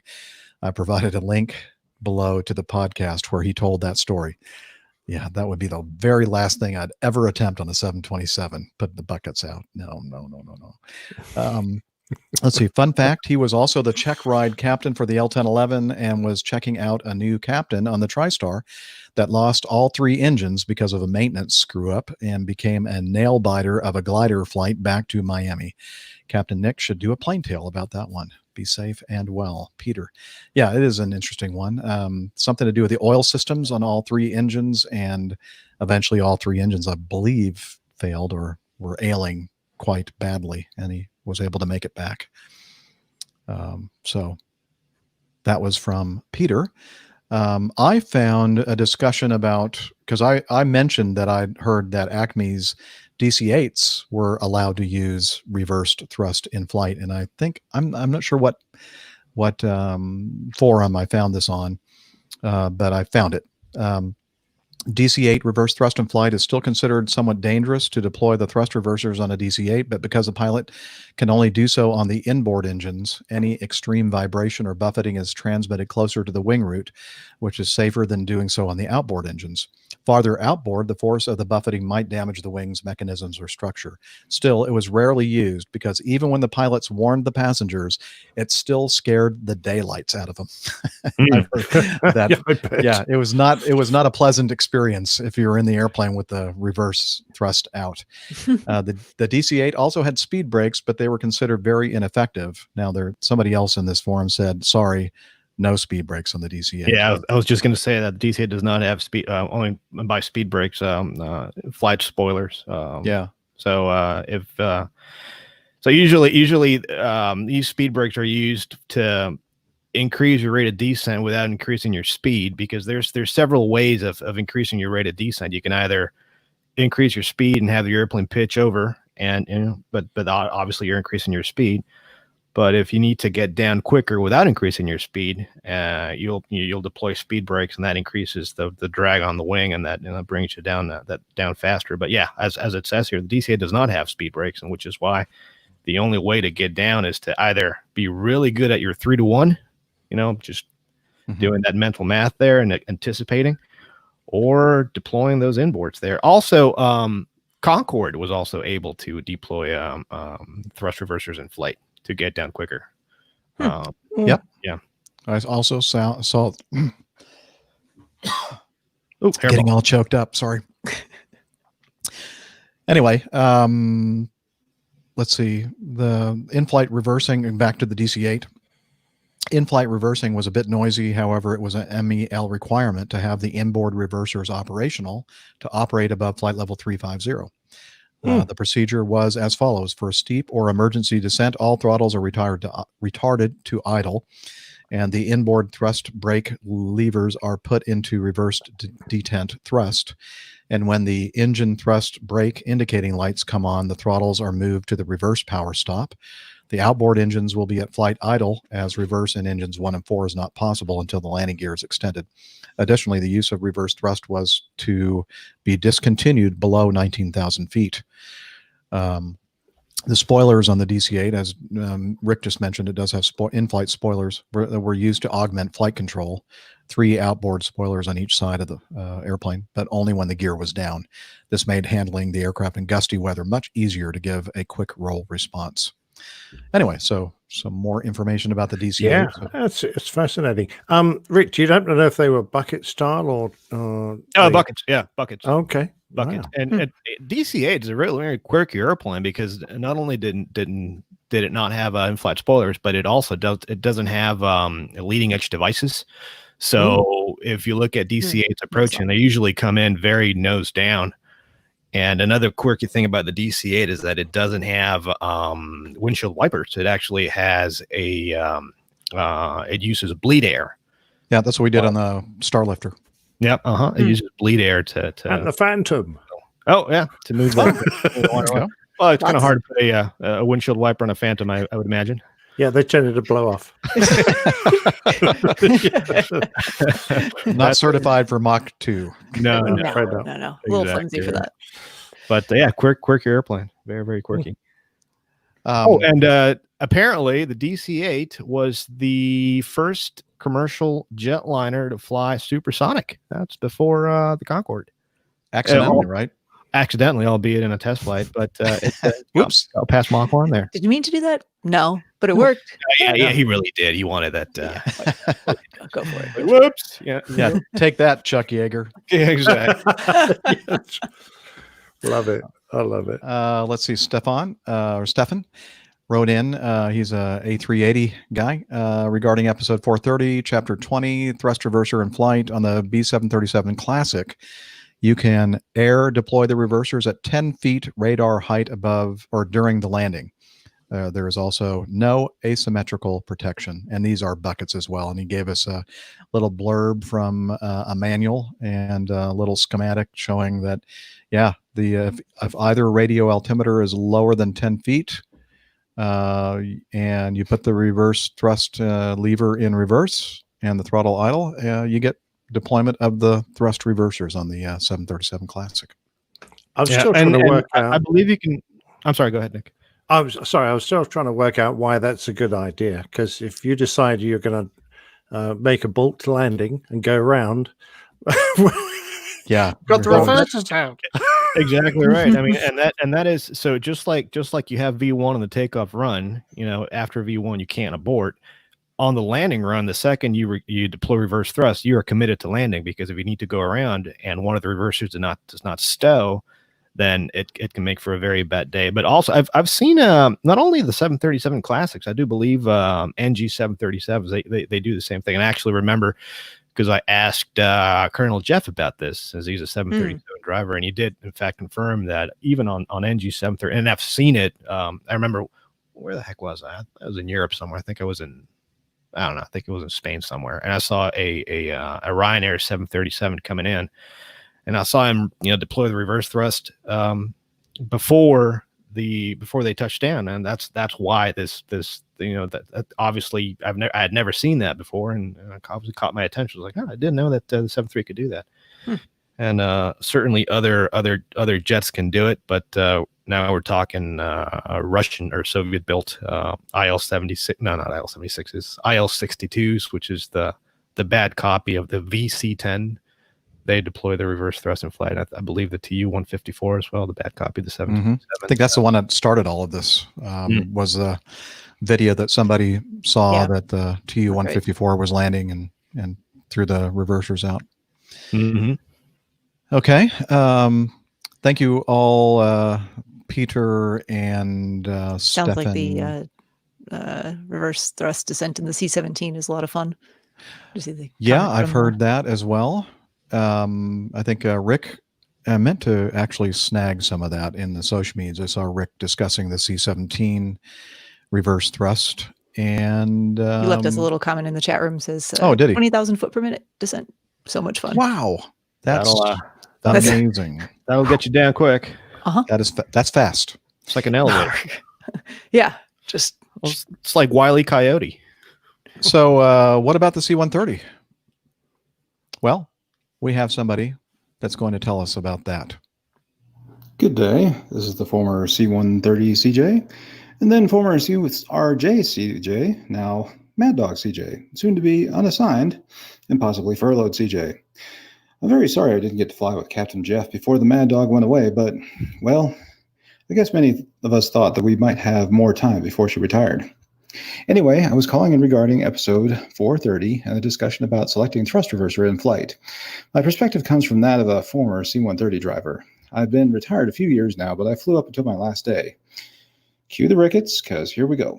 I remember in the operator's manual for the C-130J, there was a big, bold warning about selecting reverse thrust in flight. In the U.S. Air Force, designating a bit of text as a warning meant that not complying could result in death or loss of the aircraft. It was possible to put the engines in reverse in flight. All one had to do was lift the thrust levers and pull them back over a gate into the ground range. I assume, though I can't be certain, that a decision was made that tying reverse to the weight on wheels sensor could potentially cause problems if that sensor failed. When the pilot pulled the thrust levers over the gate, it would change the propeller governing system from the flight governing into ground governing. In the flight range, the prop would adjust pitch as needed to maintain at or near 100% RPM based on the thrust being produced by the engine. In the ground range, the position of the thrust lever controlled the pitch of the prop, and the RPM would vary a bit more widely. So, why the warning? The major problem with selecting reverse in flight was the disruption of the airflow over the wings. A large portion of the wing was essentially a blown wing and developed additional lift because of the prop blowing air across it, especially at the low speeds held during approach and landing. If reverse was selected in flight, this would essentially be the same as extending ground spoilers in flight. You and the ground would become one very quickly. Another possibility that one of the props would not flatten pitch as fast as the others, and due to the previously mentioned spoiler effect, if that happened with an outboard engine, this could put you in a very quick, possibly unrecoverable roll very close to the ground. Finally, the aircraft did not have constant speed generators. Since most of the time the props were at 100% RPM, constant speed generators weren't needed. But if reverse was selected in flight, the prop could severely overspeed or underspeed, potentially knocking multiple generators offline, with all the attendant loss of electrically driven hydraulic pumps for emergency braking, avionics, fuel pumps. Well, you get the idea. We were trained to ensure we were firmly on the ground before selecting reverse thrust. All this being said, and to attempt to keep things at a 50% accuracy, YouTube does contain a video of one of the earlier models of C-130 performing trial landings on the deck of the USS Forrestal.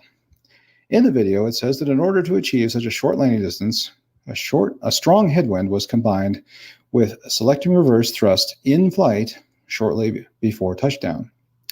Perhaps the story of that trial could make a good plain tale for a certain curmudgeonly pilot. As always, love the show, its personalities, producer, and even its soggy slack salesman. Listening to you all helps while away the extended time out of the flight deck as October 1st, at the end of the CARES Act approaches. Talons, Douglas. A soggy slack salesman. Wow. Wow. Sorry, hello. I love the alliteration. That was great. Oh, yeah, that was good. Thank you, Mad Dog. CJ Hummer, sorry to hear about your woes. Whoa.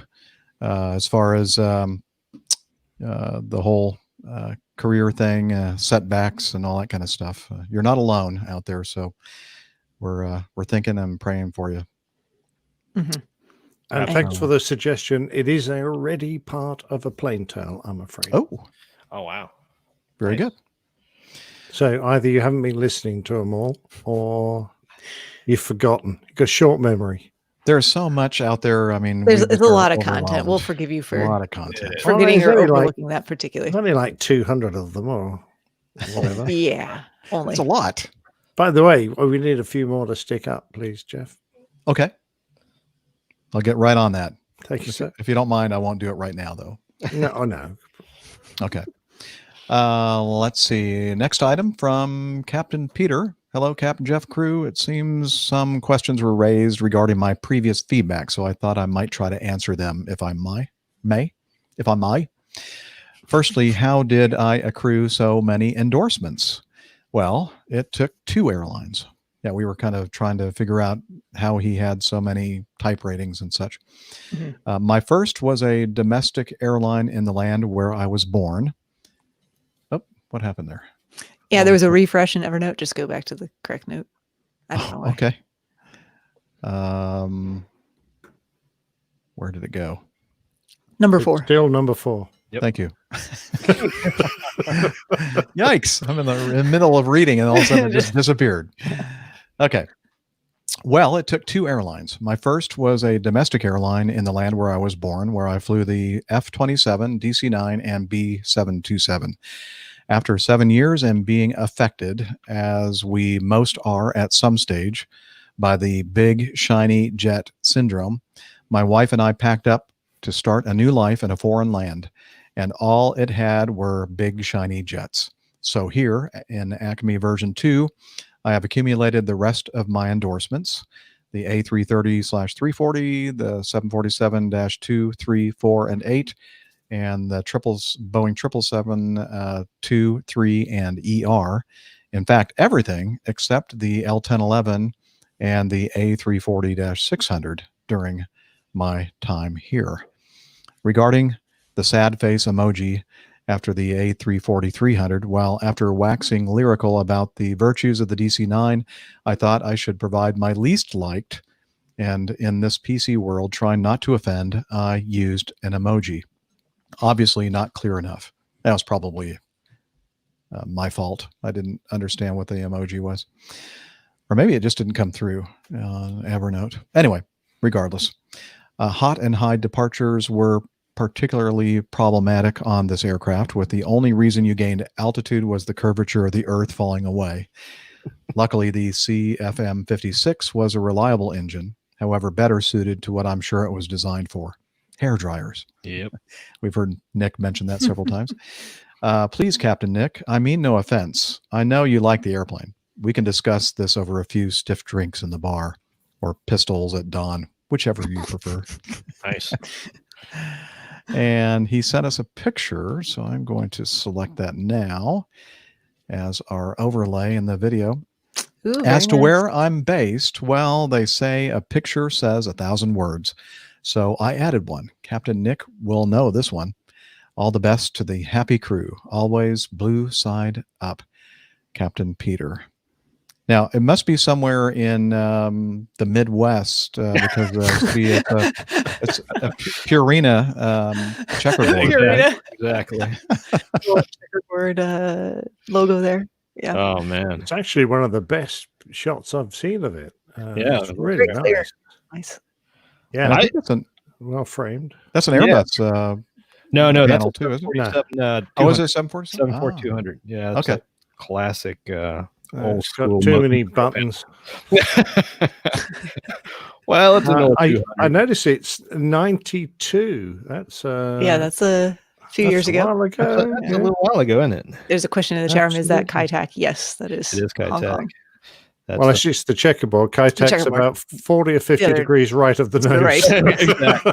You got to make that turn. Yeah, right. It's I tell you what, one of these so if you have the chance to go to Hong Kong, and I've the place where the checkerboard now sits, obviously the checkerboard it's no longer in use because the airport's been gone since 98, I think it was.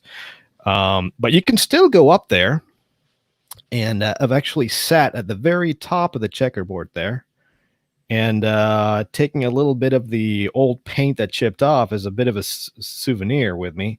And so you just sit up top there, and you just get the most amazing view of Hong Kong. And I never obviously flew into Kai-Tak, but just sitting there, you could only just imagine what it must have been like. And I always say I was born 15 years too late, because I wish I'd had the chance to fly in there. That place must have been unbelievable. Yeah. No autopilots, nothing. You just disconnected, just fly visually, go to the checkerboard, pick up the lights, and then just go in. I just wish I'd done that.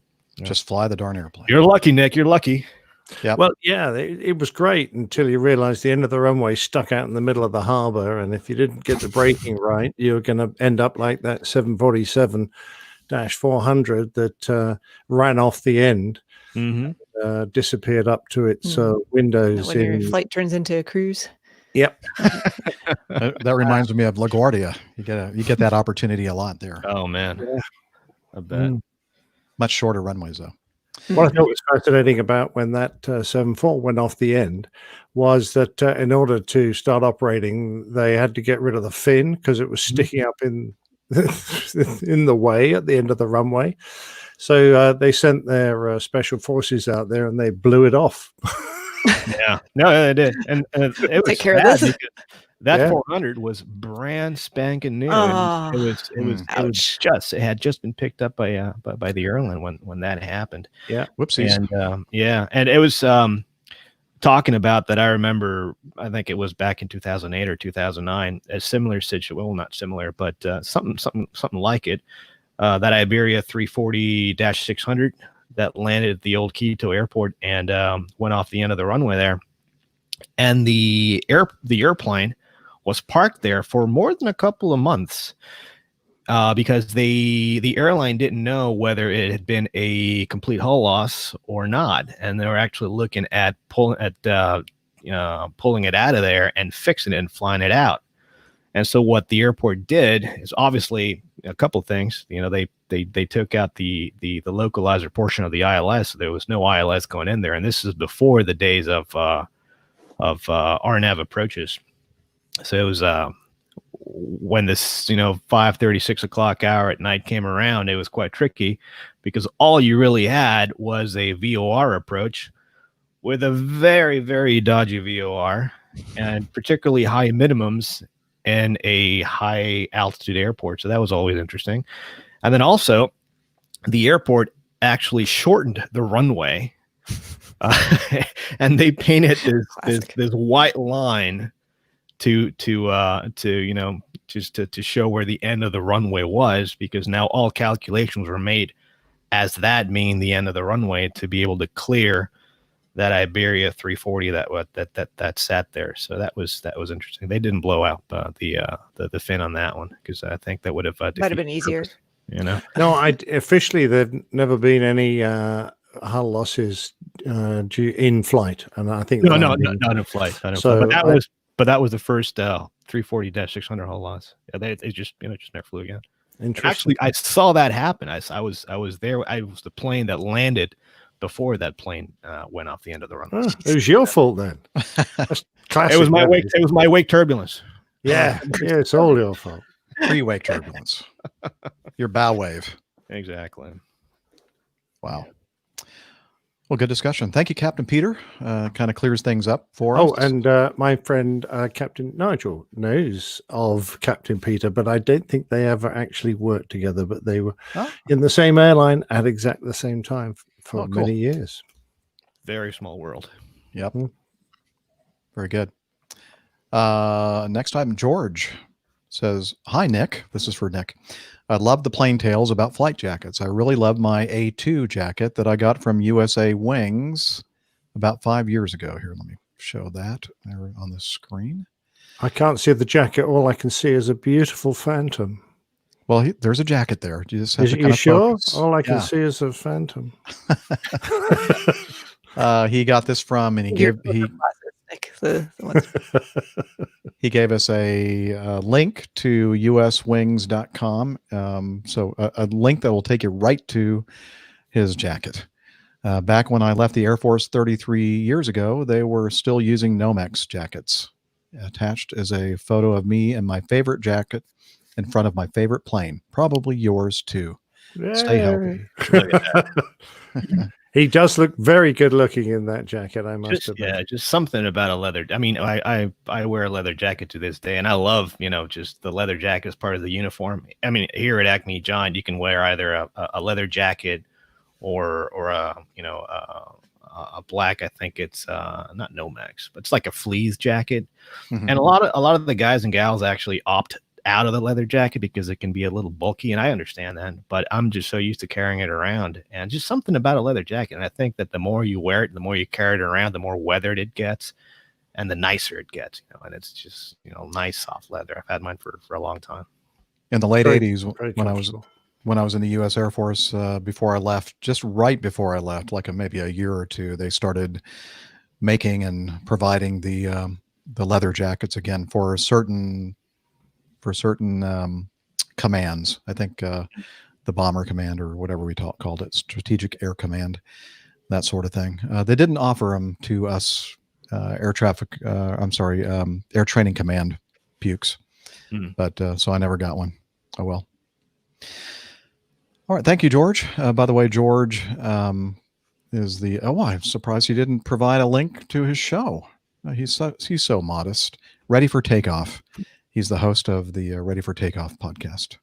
So check it out. I'll make sure I have a link to his great show in the show notes. Moving on, Tom Seagraves in Kansas City, or actually in Missouri, not too far from Kansas City. Howdy, APG crew. I hope this feedback finds you all well. A few episodes back and two episodes in a row, Dr. Steph mentioned, she won't quit talking about it, that she was able to do some flying in a Kodiak. I remember reading about the Kodiak in Flying Magazine several years ago, and I thought it seemed like a very capable airplane. I haven't thought much about it since then, mainly because I never saw one since then. Recently, though, I stumbled upon a YouTube channel of a guy that flies the Kodiak over in Papua New Guinea. When Dr. Steph mentioned the Kodiak, I thought that there may be some folks in the APG community that might want to see it in action. Ryan, also known as Missionary Bush Pilot, flies the Kodiak in and out of some pretty interesting places, and he does a good job of explaining what he's doing. Anyway, I put a link below to his YouTube channel if anybody wants to check it out. As always, thanks for a great podcast, Blue Skies, and God bless. Tom Seagraves. And we'll have the link to that channel in the show notes, and I've watched a few of his videos. Very, very interesting. Yeah, I mean, that's what that plane is made to do. Get in and out of some, like you said, interesting places. So interesting runway conditions, interesting environments, and it's exceptionally capable. It can do that. So. Wow. Yep. It's not that I'm old or anything, but that's a young man's game. I don't think I'd be doing that. And I never did. I never did fly anything like that. But I mean, I've gone through that channel, seen some of the videos. Mm-hmm. And, oh, man, it gives me the heebie-jeebies. Yeah, you go terrain and everything that he's flying over. It's really close to stuff and really short looking, and interesting surfaces to land on. But Yeah. that's what Check it's it made out, to tackle. folks. Yeah, you need to Please check do. it out. All right. Ahmad says, hello, fellow APGers. Hope all of you are doing great. I was just thinking of a few members who mentioned in the past their challenge with catching up with the rest of the crew through so many past episodes, and I thought I'd give them some visual encouragement. See the attached video, which you are welcome to play and share on the show. So let me hit the video overlay, and no sound here. Just it's a picture of his, or a video of his app and how he keeps up with the APG episodes. So here we go. Let's see what happens here. There it is in the middle there. He's selecting something. Can't read it, it's so small. APG bookmark, and then he has all the APG episodes that he has last listened to and the one that he's currently listening to. He's a very organized person. I know. Doesn't want to miss a one. So there you go. Very cool. Thank you, Ahmad, for sending us the little video of your navigation on your Android phone. That's a neat feature. I didn't know you could play videos. Yeah. On Uh-oh. Now we're in trouble. Oh, wow. It's limited to, I think it's a maximum of 5 minutes. Okay. Anyhow, I'm also in the catching up business, and so far the COVID-19 related traffic jams, security and health personnel checking all motorists when commuting to work and home have been immensely helpful. My catch-up rate has gone up significantly. Listening to the show while commuting really helps. Hands-free while driving, of course. In the video, I thought he'd written hands-free driving. Safety Sorry, second. Ahmed. Sorry. Yeah, you carry on. Just While do it the driving. way you're supposed to. oh yeah, he's steering with his knees. That works. Yeah. You got options there. You got options. In the video, you'll notice that I'm listening from the back end, the 230 series, where I really am at the moment, as well as the middle and somewhere not far behind the current episodes. It's very possible to catch up, and our far behind members shouldn't despair. I'm using the app Podcast Addict to get and listen to the shows. P.S. I love the dynamic album art that changes with the topic being discussed. Podcast Addict shows this neat feature. Whoever came up with that idea is a really cool person. My hat goes off to the effort/innovation. Take care, guys. Love you all as much as I love the show. And again, that's Ahmad Dan Hamadou from Abuja, Nigeria. And thank you. We love you too. Yeah, I think most of the podcast clients out there do support the chapters implementation. And I started doing that, I don't know, a few shows back. And little extra work, but I think it's worth it. If your podcast player supports it, it's kind of cool sometimes. It's great in the car when Mhm. you're looking at your screen and you see the pictures. It's good while you're doing your hands-free driving. Yes, while you're steering with your knees. Well, you're definitely not looking at your podcast app while you're driving at the nice artwork that shows up for each chapter. Well, I'm used to Airbus. We didn't have to worry about things like that.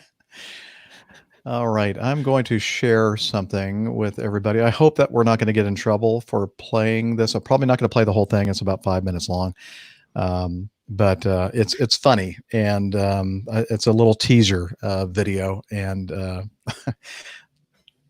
that's all I'll say about it. So here we go.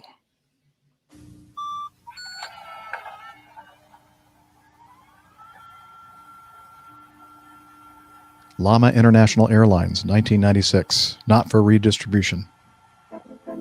Welcome to part 1 of the Llama International Airlines Flight Crew Induction Course. In this video, we'll be looking at the standard operating procedures when flying our brand new 737-800 aircraft.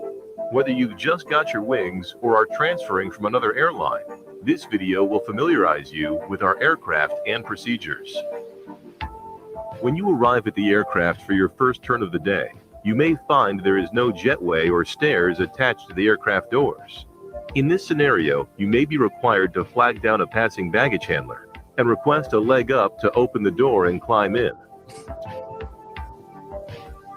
He's being boosted inside the Once front aboard, door. make your way to the cockpit and wake any sleeping flight crew, politely asking them to leave the aircraft. He throws the pilots out. And the Get out, you two. The minimum equipment list on any Llama International Airlines flight is as follows. The front section of the aircraft.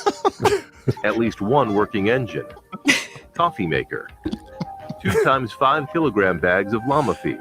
If one of these MEL items are unserviceable, do your best not to bring attention to the issue, and instead attempt to distract your colleagues with alarming phrases, such as, "We're getting a pay raise to $12 an hour next month," and "I think both engines are operating normally."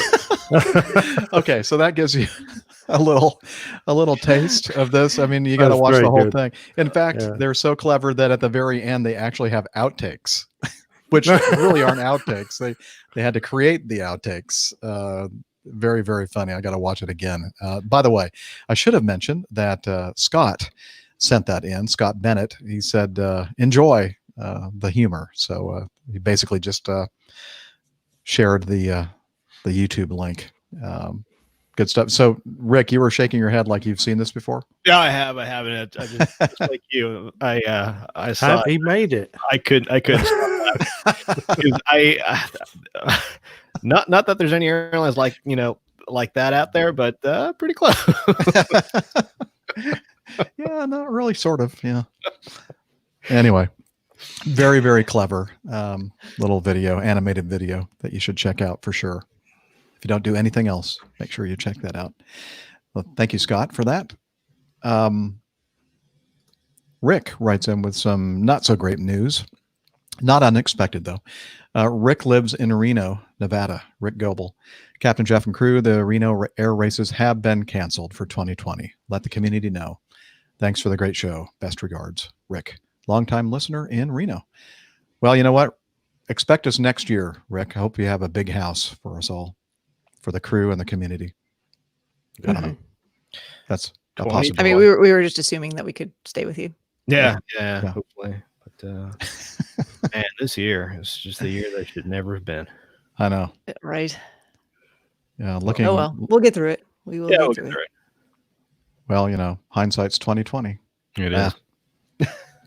All right. Gosh. Yeah, I'm sorry. More very disappointed looks on the faces of my fellow crew members.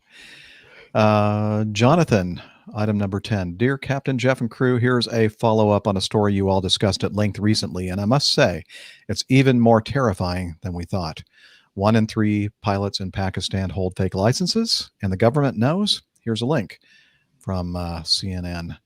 And I don't know if we need to dwell on that anymore, but we'll provide the link for you in the show notes. In other news, my family and I are considering our first flight since COVID started. We live in Minneapolis, where, as of this writing, the cases have been trending down for several weeks. And we'd be going to Montana, where cases have been really, really low, but are growing somewhat. Seems relatively safe, and there's some extra motivation to get out there now, and it seems worth the risk. Because of the way my work schedule was this year, and then COVID, it's been over 6 months since I've stepped on a plane. Too long, if you ask me. Hopefully things stay stable and we'll still feel comfortable taking that flight. And again, this is Jonathan in Minneapolis. So he's probably looking for some encouragement from us. Do it. Yeah, I've taken several flights and it's been fine. I mean, just, proper precautions as Nick is demonstrating there, wear your face covering, wash your hands frequently, try not to spend any longer than you have to standing next to people. And most importantly, make sure you're wearing clothes. Wear your clothes also. Yeah. Although if you don't wear clothes, then the COVID doesn't attach to them. Yeah. And you'll Is that how that works? Yeah. I don't know. Yeah, you have to wash your body for 20 seconds if you don't wear Just clothes. continually douse yourself in sanitizer. There you go. Don't forget all the little And then you'll be creases. too slippery to be caught by the cops. You're the slippery crazy guy.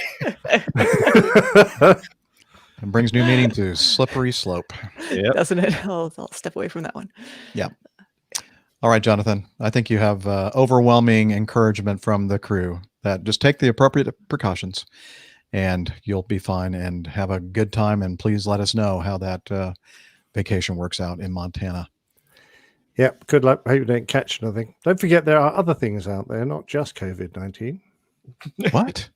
Really? There are. Oh, Yeah. Hmm. okay. Well, maybe the precautions will work for those things too. Never know your luck. Yep.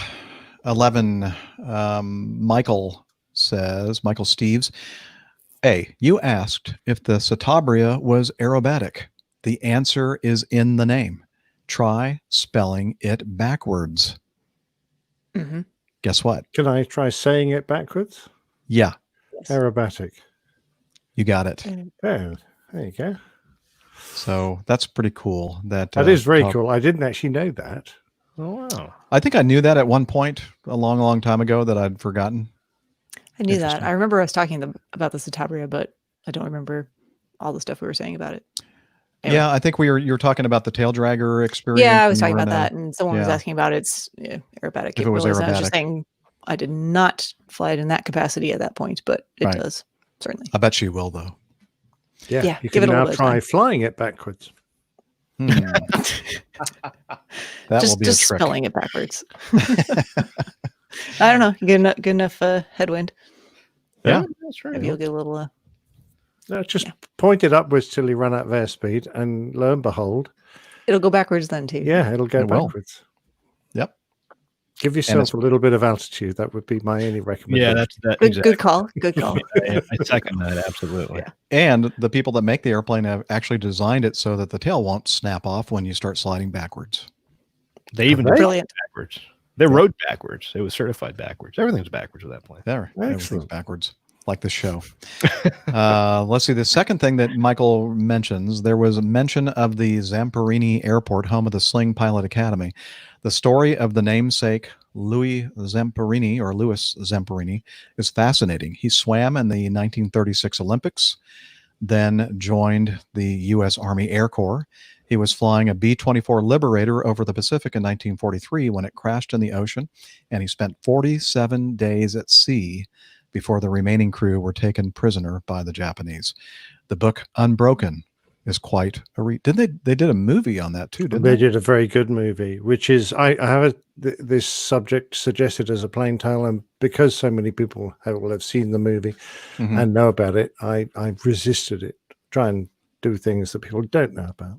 So And by the way, we did receive some feedback from somebody, not specifically about this, but I think the person mentioned it, and we'll probably do this in the next show. But the person said that he thinks that the class Bravo No guy, his home airport is Zamperini Airport. very interesting. So, yeah. Wow. Yeah. And the Class B guy is unbroken. Yeah. So far. So So far, as we- yeah, yeah. that remains to be seen. We Yeah. believe, possibly. Nobody has heard from him for a Yeah, while. I think the feds have a different idea. Along that same vein, Warren, item 12, says, I enjoyed this episode of APG and recommend you check out the remarkable Louis Zamperini story, popularized in the 2014 book movie Unbroken, as we just mentioned. Olympic track star Louis Zamperini becomes a pilot during World War II and endures a brutal struggle for survival when he is captured by the Japanese. Thanks for your show, which is a great respite from the mostly depressing current events flooding the airways. Warren. Yep, that's one of the reasons why we're here, Warren. That and we don't have anything else to do. But No, particularly me. I've got nothing to do. not a lot going on for me. Nah, not a lot going on. I've been busy, but I'll always make time for you guys. Absolutely. Oh, Aw. thank you. That is sweet. All right. Got some feedback from Owen. He's in the chat room as well. Oh, He good. is. Hey, Owen. Oh, there he is. I see his name right there. Okay. So let's read Owen's feedback. Hi, APG crew. It's been a while since I've sent in some feedback. I'm also only just catching up on the current episodes with all this time I've been having away from my normal office in the skies. I wanted to comment on something I heard in episode 429 when you were discussing the A319 windshield blowout in China. More specifically, on a point Captain Rick brought up. In the interest of keeping the accuracy levels above 50 or at 50%, I'll add to some things that he said. Rick was talking about passenger oxygen systems, and he said that they're all chemical. However, out of the aircraft that I've been qualified to fly on, there are two exceptions to that statement. The A380 and some of the newer 777s, although only in first-class suites and first-class toilets. And then these aircraft oxygen tanks are carried, so it's held in a gaseous state. There are between 3 and 15 tanks on the A380, a fact that comes from the manufacturer. I'm not sure what it is at my company. They may not be the only ones that exist, but they're the only commercial passenger aircraft that I know of with gaseous passenger oxygen systems. Of course, now he's talking about modern aircraft, the older ones like the 727 and I think the L-1011 too, had gaseous oxygen on them. Let's see. On the A380, if the oxygen masks are pulled when the system hasn't been activated either automatically with the cabin altitude or electronically from the flight deck, it will do absolutely nothing. There's a pin that needs to be pulled from the mechanism, which is what happens when the mask gets pulled. At that point, the pipes are all open, but without the regulator open at the tanks, nothing will flow through. If masks deploy accidentally, just one or two, we just make sure that the pin is still in place. And if it is, we don't really have anything to do, or we really don't have to do anything as it's still a functioning mask.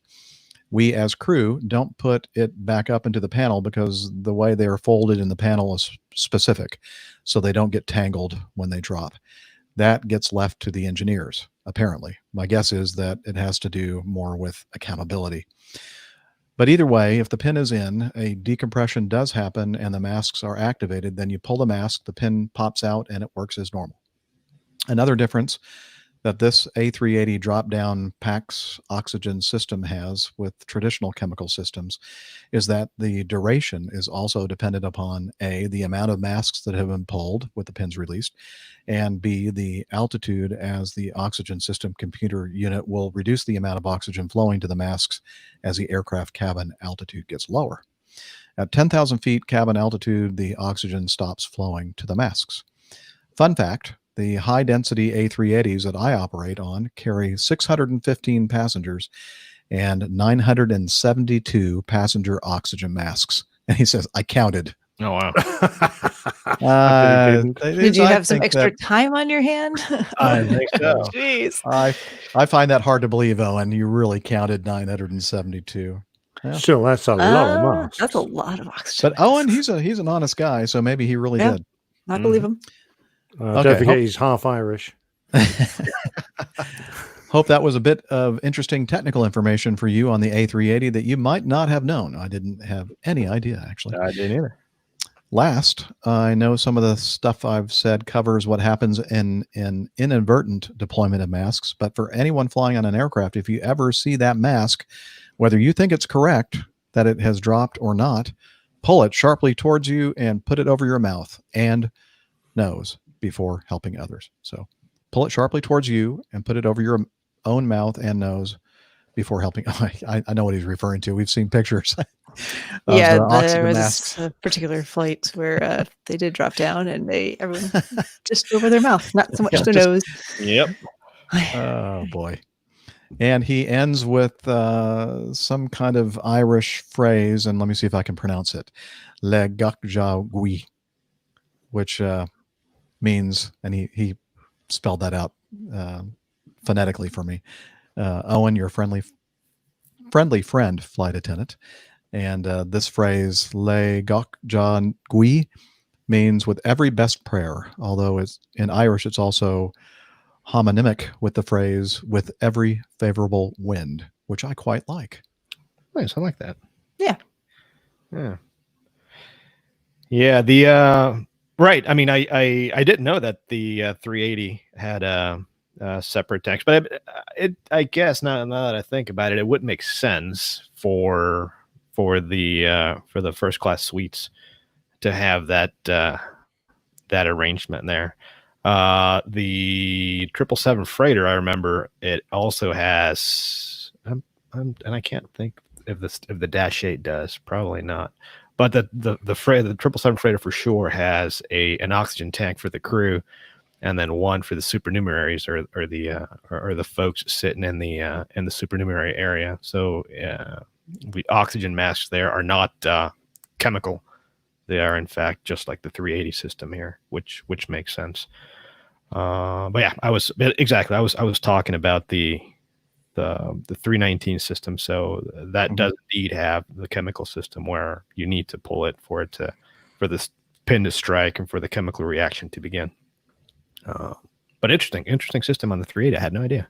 Yeah. I've always wondered why airliners don't have liquid oxygen, because we used to have that in some of my fighters, and it's a very compact system, liquid oxygen, and for a very small volume provides a great deal of oxygen. Well, I don't think so. I don't think it was a weight problem. Fighters are very weight sensitive, so yeah, you don't want to give up stuff that you don't need to have. There's probably a good practical reason. It's just probably a bit of a pain getting liquid oxygen all around the world. Logistics, I think. I would think serviceability of the system. And the fact that you've got to have people with special gloves and stuff to recharge locks. But whereas if you have these chemical generators, if they're there, and as long as as long as the pin hasn't initiated the reaction, then it's going to happen. It's going to work regardless. So that'd be my guess. All right. Well, thank you very much, Owen. Always good to hear from you. Oh, by the way, I was it the last episode? I think it was, or the one before, where I said to send, if we have offended you, to send email to yes. I'mOffended@airlinepilotguy.com. Well, and I may have mentioned on the last show that Owen actually did a test of it while we were doing the show, and it actually works. So I think I have a catch-all for the email to Airline Pilot Guy. So anyway, by the way, so if you're offended, yes, if you're offended, just send that to I'mOffended@airlinepilotguy.com. And now, speaking of offended, the whole crew is going to offend you with our stories about watering holes and such. And this time now for this week's installment of the Old Pilot's Plain Tales. This one entitled The Auger Inn and Other Fine Establishments. All right.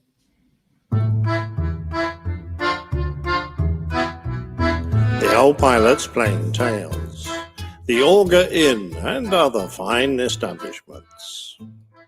I've talked a lot about alcohol over the past few plain tales, and mainly about the negative aspects, but it remains one of the few socially acceptable drugs that we can imbibe, with the obvious caveat that we do so with care, especially for pilots. Nevertheless, it's been around since the Stone Age, and jugs that carried fermented drinks have been found in the Neolithic period, over 10,000 years before Christ and his celebrated conversion of water into wine. Indeed, the oldest purpose-built brewery was found in a cave near Haifa in Israel, where a residue of 13,000-year-old beer made from wheat and barley was discovered.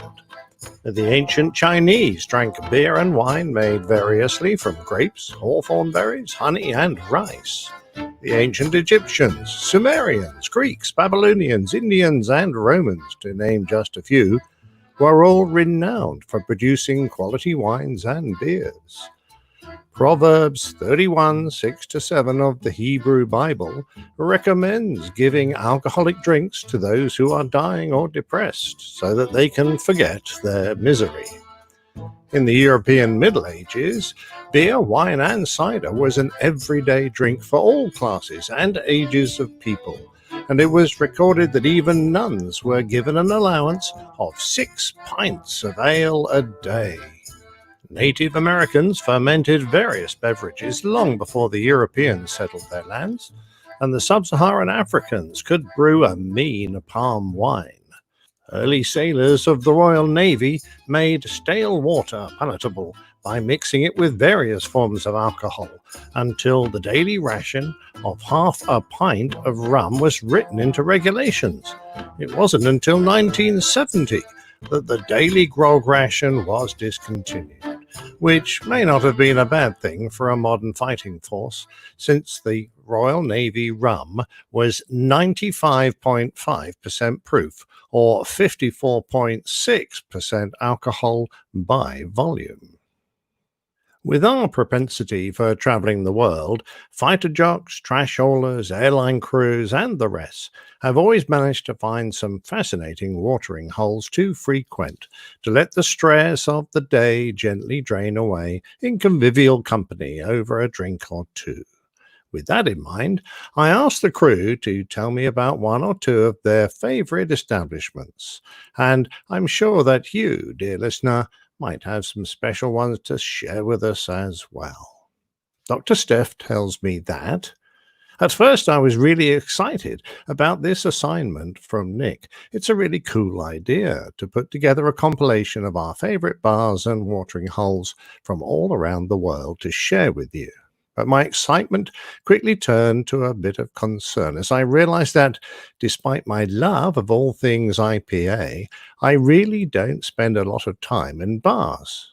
I found myself struggling to think if there's any place I would even consider a regular favorite of mine.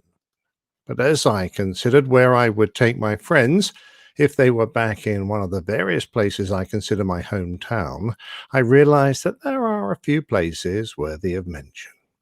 The first is actually a place I've been going to well before I was of legal drinking age. Really, Steph? Don't worry, I wasn't actually consuming alcohol in bars before the legal age of 21 here in the States. This particular bar is called Molly Green's, and it sits at the base of Brighton Ski Resort just outside of Salt Lake City, Utah. It's situated on the upper level of an A-frame building, and when I would go skiing with my family in my youth, we would eat our brown bag lunches in the picnic-like area they had set up on the downstairs level. Occasionally, we would be allowed to order food from the bar upstairs. Nachos or a pizza were a real treat. And sometimes, if I was there one-on-one with one of my parents, we would be allowed to sit quietly at one of the tables upstairs, even though, at the time, the bar was subject to the private club rules of Utah. Looking back, I'm not sure I can count how many times I've been to Molly Green's. Brighton Ski Resort is a favorite of mine, and the view from the restaurant looking up at the surrounding powder-capped peaks, usually with intertwined, freshly carved ski tracks, is just magnificent. The interior has the feel and decor of a cozy mountain cabin retreat, complete with a central fireplace for warming up on a cold day. And it doesn't hurt that they offer a fantastic selection of local Utah ales. Yes, Utah makes good craft beer. Nowadays, a typical day on the slopes for me includes at least several stops at Molly Green's, usually for a midday thirst quencher, again for lunch and later for après-ski. If you happen to find yourself contemplating a ski trip to Utah, do yourself a favor and check out Brighton Ski Resorts. It's a bit off the typical tourist map, but you'll find a friendly and accessible mountain, great people, and of course, Molly Green's. I mentioned that I could think of a couple of bars worth sharing, but I think I've probably used enough time for this particular plain tale. Hopefully, if there's interest, Nick will make this into a bit of a series, and we can add a few more along the way. Cheers, y'all! Miami Rick remembers a wonderful-sounding watering hole in the subcontinent, the Aero Club of East Africa. Tucked away at the Wilson Airport in Kenya's capital, Nairobi, is perhaps one of the most overlooked jewels in aviation. As you walk through a set of old weathered wooden French doors, under the club's wing insignia, and pass a now silent Pratt & Whitney R985 Wasp Junior radial engine, your eyes can't seem to find a spot to look at for more than a second or two. The entryway is richly decorated with all sorts of old relics, airplane components, and aviation maps of yesteryear. As my gaze wanders from spot to spot in a futile attempt to take it all in, the scent of this magical place starts to register.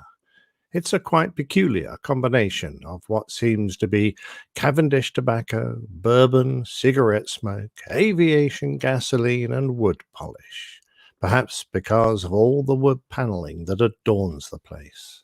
I slowly make my way through priceless artifacts, trying to picture in my mind the old aviators responsible for the smell of tobacco and bourbon I just smelled 10 feet back. It's like I can almost hear the stories, the conversation, and the laughter. Behind an all-wooden bar, off to the side, a gentleman notices my presence and my mouth ajar, and invites me over to sit. His name is Willie, and has, by his account, been stationed behind that very bar for the last 42 years. Oh, the stories this gentleman must have. He pours me a generous glass of Glenlivet 25, and as I bring the libation to my lips, I recognize the smell as exactly what I sensed in the entryway. Willie carries on with story after story, and I feel like I've hit the jackpot. This kind old man, who seems almost relieved I walked in, shares countless tales of old aviators now long gone, the history and significance of the Aero Club, and how it shaped African aviation. His storytelling abilities are phenomenal, although I do suspect the 5,564-foot elevation and a mild case of jet lag had some influence on my amusement. Sadly, I had an early departure to Abu Dhabi the following morning, or I would have most decidedly stayed the entire night listening and trading stories with the aviators that still make this amazing watering hole a regular stop. As I left, a plaque on the wall caught my eye. It said, "Old pilots never die. They just hang out in the Aero Club." Very fitting, as I'm sure you can still hear them through the hallways, just as I did that day. Oh, if those walls could talk. Captain Jeff has great memories from his Air Force days. When I think of the great bars that I've been to in my life, I think of many, most of which were experienced by me during my time in the U.S. Air Force. Hickam Air Force Base Officers Club, the Kaneohe Bay Marine Corps Air Station O Club, Marine Corps Air Station Miramar Officers Club, Top Gun, and many more. If I had to narrow it down to two, I'd start with the most exotic, and exotic it was because of its location. Chain of islands in the middle of the Indian Ocean, 500 miles south of the Maldives, and thousands of miles from any continent, called the Chagos Archipelago, part of the British Indian Ocean Territory.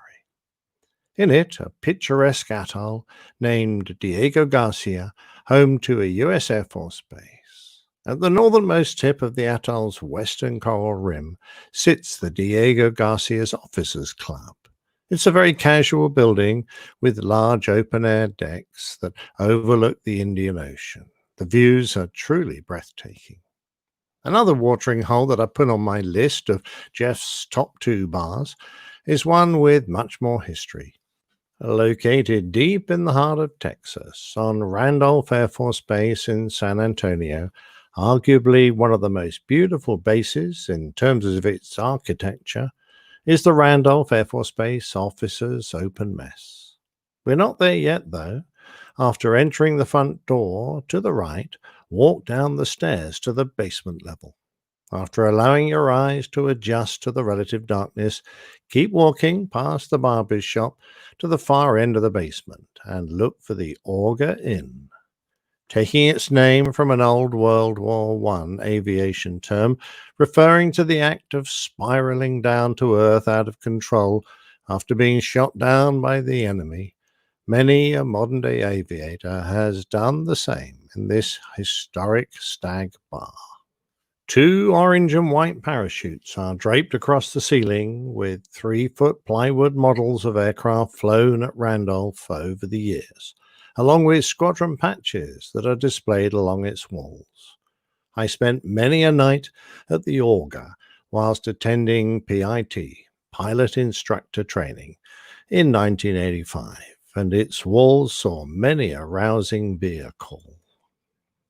Producer Liz spent virtually the whole of her working life in the financial district in downtown Toronto, known as Bay Street. She told me that going out for drinks after work was certainly a thing they did often, and Thursdays was the most popular day each week to head for one of the many watering holes. There were two places on extremes of the spectrum when it came to bars. The first was a classic dive bar in the basement of a somewhat sketchy downtown hotel, the Strathcona on New York Street. When someone said, "Let's head for the Strath," everyone knew what we were going for. A dark and somewhat dingy place where you could enjoy inexpensive drinks served by mature waiters who had seen it all and always had a wisecrack or somewhat raunchy joke to tell. It was loud and smoky, back in the days when smoking was allowed, and a place you could definitely let your hair down. Strathcona is still there, and the pub, as they now call it, is still in the basement. But it's been renovated and is much sleeker and more modern, a far cry from the Strath I once frequented. Another great place to go when we were feeling more flush was the Library Bar in the Royal York Hotel on Front Street. The Royal York is one of the grand railway hotels built by the Canadian Pacific and Canadian National Railways in many locations across Canada. The Chateau Frontenac in Quebec City, the Chateau Laurier in Ottawa, the Banff Springs and Chateau Lake Louise in the Rockies, and many more. These are all amazing places from a bygone era. The Royal York is a huge hotel right across the street from Union Station. It's been renovated and beautifully maintained over the years and has an amazing atmosphere, offering many food and drink options. The Library Bar is right off the grand front lobby and is a cozy, dark wood panelled room with a calm, hushed atmosphere and a gorgeous bar. Cocktails are served by experienced bartenders and renowned mixologists. So glad it hasn't changed over the years. Well, thanks, crew, for all those lovely memories, and I just have time to add a couple of my own. The first is one that, sadly, isn't open to all and sundry, so it's unlikely you'll get to visit the Big Room in the Royal and Ancient Golf Club of St Andrews in Scotland, the home of golf. For a few years, when I served at the nearby RAF station, I was honoured with the chance to use the RNA as a house member. Behind the tall bay windows of the impressive curved frontage, the members would chat over a few drinks, perhaps some rare kummel, a smooth, clear, caraway-flavoured liquor, double distilled, historically in the Duchy of Prussia. It's a common drink found in most of the elite Scottish golf clubs. The Big Room was the heart of the club, and on its walls hung some of the finest works of golfing art in the world. The lockers, going back to the 1850s, which surround the walls, were used by the longest-serving members. The Big Room never stooped to a bar. One had to catch the eye of an old retainer in a white jacket, who would discreetly take an order and then return with your drink on a silver platter. I never tired of sipping something special while sitting in an overstuffed armchair, watching the nervous swings of golfers teeing off from beside the starter's box of the old course right outside the windows. Finally, I feel obliged to mention one of the most disgusting but delightful bars in the world, the Truck, or as most American crews called it, the trailer, parked on a bit of rough ground near the airport and the crew hotels. This was the last stop of the determined drinker in Narita, Japan. After an evening that, in my case, started with a cheery shout from Hiroshi as we crowded into the Flyers Bar, moved on to the Bon Cafe, sometimes called the Spiral Staircase for those who couldn't read, for an all-you-could-eat teppanyaki, and then into the Barge Inn, so named after the problem some locals had in pronouncing Virgin, since Richard Branson was a part owner. At kick-out time, there used to be just one place that would still be open, and there was a waiting bus to take you there. The truck was, literally, the back end of an articulated lorry that had been turned into a karaoke bar. Crowded into the gloomy interior were many pie-eyed pilots, accompanied by a steamy collection of tipsy flight attendants from all corners of the world, all crammed together. Sweaty bodies rubbed against each other. There was no alternative, and the frequent forays to the bar meant forcing a way through a rugby scrum of curvaceous ladies to return with many Sapporos held over your head, giving everyone you passed a little beer shower. The only toilet facility was a deep storm drain around the back and in the pitch black. Sadly, many a swaying pilot or squatting flight attendant overbalanced into the disgusting muddy mess to return looking awful and smelling worse. Ah, those were the days. Over the years, the truck was improved and enlarged, but sadly now it no longer opens. In those early days, though, it was undoubtedly the best.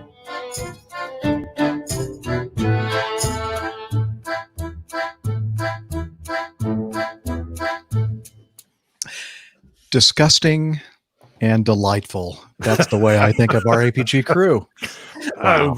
Yes, of course.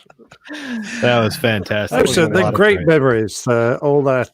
Yeah, I loved it. It was just getting a little bit of an inkling of what we all liked. I can just see Liz in the beautiful library bar, sipping a lovely whiskey and talking money with her money colleagues. After having just fired somebody. And that was right up your street, Rick. That fantastic sounding bar, so full of history. And as for Jeff, what can we say? The Auger Inn, yes. Yeah, well, definitely. There's some dodgy looking characters down there, I thought. Oh, yeah. Yeah. I was one of them. And if one of us is going to have a bar that's in a sporty area, it's got to be Steph, isn't it? Yeah, you got to yeah, together in my world. So. Exactly right. Yeah, you can go there, but you've got to be dressed up and do something sporty to get there. Yeah, and I'll bet that statement about I don't like to hang around bars. Right, Steph. We all believe that. Yeah. Usually my bar is right there. But thanks for all those wonderful suggestions, everybody. That was great. Well, thank you for compiling it. Yeah, absolutely fun to do.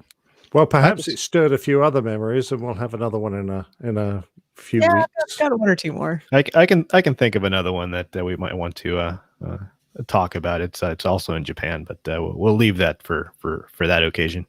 Okay. Yeah, I have to say that the Japanese bars are all very one-off, aren't they? There's very few that you're going to experience anywhere else in the world. A lot of them are brilliant. It's an interesting place. Yeah. I have to say, when Nick suggested that we do this as a crew, I thought, well, this will be nice and easy. And then when I, started to put pen to paper or type out on the computer, I'm thinking this is more difficult than I thought it'd be. Especially after I read Rick's, I thought that must have been something that he got from some book that some famous writer had written. I'm thinking, oh no, that's actually his own words. Darn, I have to really up my game here. The old hamster tapping out. In my head. Yeah, it's very good. And I felt a lot of peer pressure. Has to be said. And as Nick mentioned, and we'll mention again here, please, if for you listening, if you have any really exotic or unusual places that are your favorites, please don't hesitate to send them in as feedback at airlinepilotguide.com. All right. Very good. I enjoyed that one. We'll have to do a part 2 at least, right? Sure. Absolutely. I believe we left off with Owen, so let's hit 14. Steve in Pittsburgh. He said, hello, APG crew. I was watching some old Monty Python this weekend, and one of the sketches, he's going to give us a link there, made me think of a question for the crew, but probably best answered by Rick, since he's the current long-haul guy. I'd imagine when you're on an 8+ hour flight at cruising altitude and on autopilot, there isn't much to do. and just sitting and staring at the instruments would be mind-numbingly boring. What do you do to pass the time on long-haul flights? Practice your golf swing? Work on your gymnastics routine? I kid, but it's just something I've been wondering. I'd imagine whatever you do, it can't consume too much of your attention. Forgive me if this has been asked before in a previous episode. I'm still a fairly new listener. Now, I have to tell you, Steve, instead of answering this, we're going to go ahead and make you just listen to all the previous episodes, see if you can find out the many times that we've answered this question. Yes. No, actually, we're not going to do that. All right. So what do you say there, Rick? What do you do? Are you practicing your golf swing, your gymnastics routine? I do. I carry around a mobile gym, so I set it up in the upper deck area there, at least when I flew the 747, and just do some bench pressing. No, I'm just kidding, obviously. Yeah, it gets a little gets a little monotonous up there after hour number 7, and so what I do is you just read a lot. Or a lot of what other guys and gals do, just like myself, is you carry around noise canceling headsets. And usually what I do is I'll put my I wear the old school Telex in-ear, kind of like the NASA controllers back in the late 60s, early 70s. So you put those in your ears, and I put the headband around my neck, and I'll put the headphones on top of that, obviously, so that I don't miss any calls from ATC. Not that you'd get any in the middle of nowhere, but just in case, because you're constantly monitoring 121.5 and 123.45. So you always want to keep an ear out for that. And then over the headphones, just sometimes listen to an audiobook or perhaps a little bit of light music, perhaps. I love listening to classical music while flying, particularly at night. It's just fantastic stuff, and it does help pass the time. It really does. So that's kind of what I do. But while you're sitting up there, it's nice to read. A big time reader as well, so I do a bit of that as well. So that helps, especially the books that have a lot of pictures. Exactly. Coloring books. I like the ones that bring the crayons, to practice creative outlet. Yeah, to practice my stain and coloring in the line. And especially you have seen Air America, haven't you? that is a classic. Yes, it is. So, speaking of classical music, a favorite composer? It kind of depends. I am partial to late Baroque and early classical. Mm-hmm. Bach, big time Mozart guy. Haydn, I love Haydn. Yep. Beethoven, Haydn, the early stuff. Haydn and Seekin. Haydn in the toilet. Exactly. Yeah. So there's a little bit of for every type of musical taste out there. I'm not too big on Tchaikovsky and the later guys. I don't like the late classical period. But Baroque and early classical, I do like that. The Italians, Corelli and Vivaldi and all those guys, just fantastic stuff. Yeah. Our producer director Liz enjoys Mahler. Oh, Mahler, not Mahler. Okay. Let's see. Steve in Pittsburgh continues. Also, in memory of the Mad Dogs, I attach a little bonus picture for you. There we go. I spotted this bumper sticker.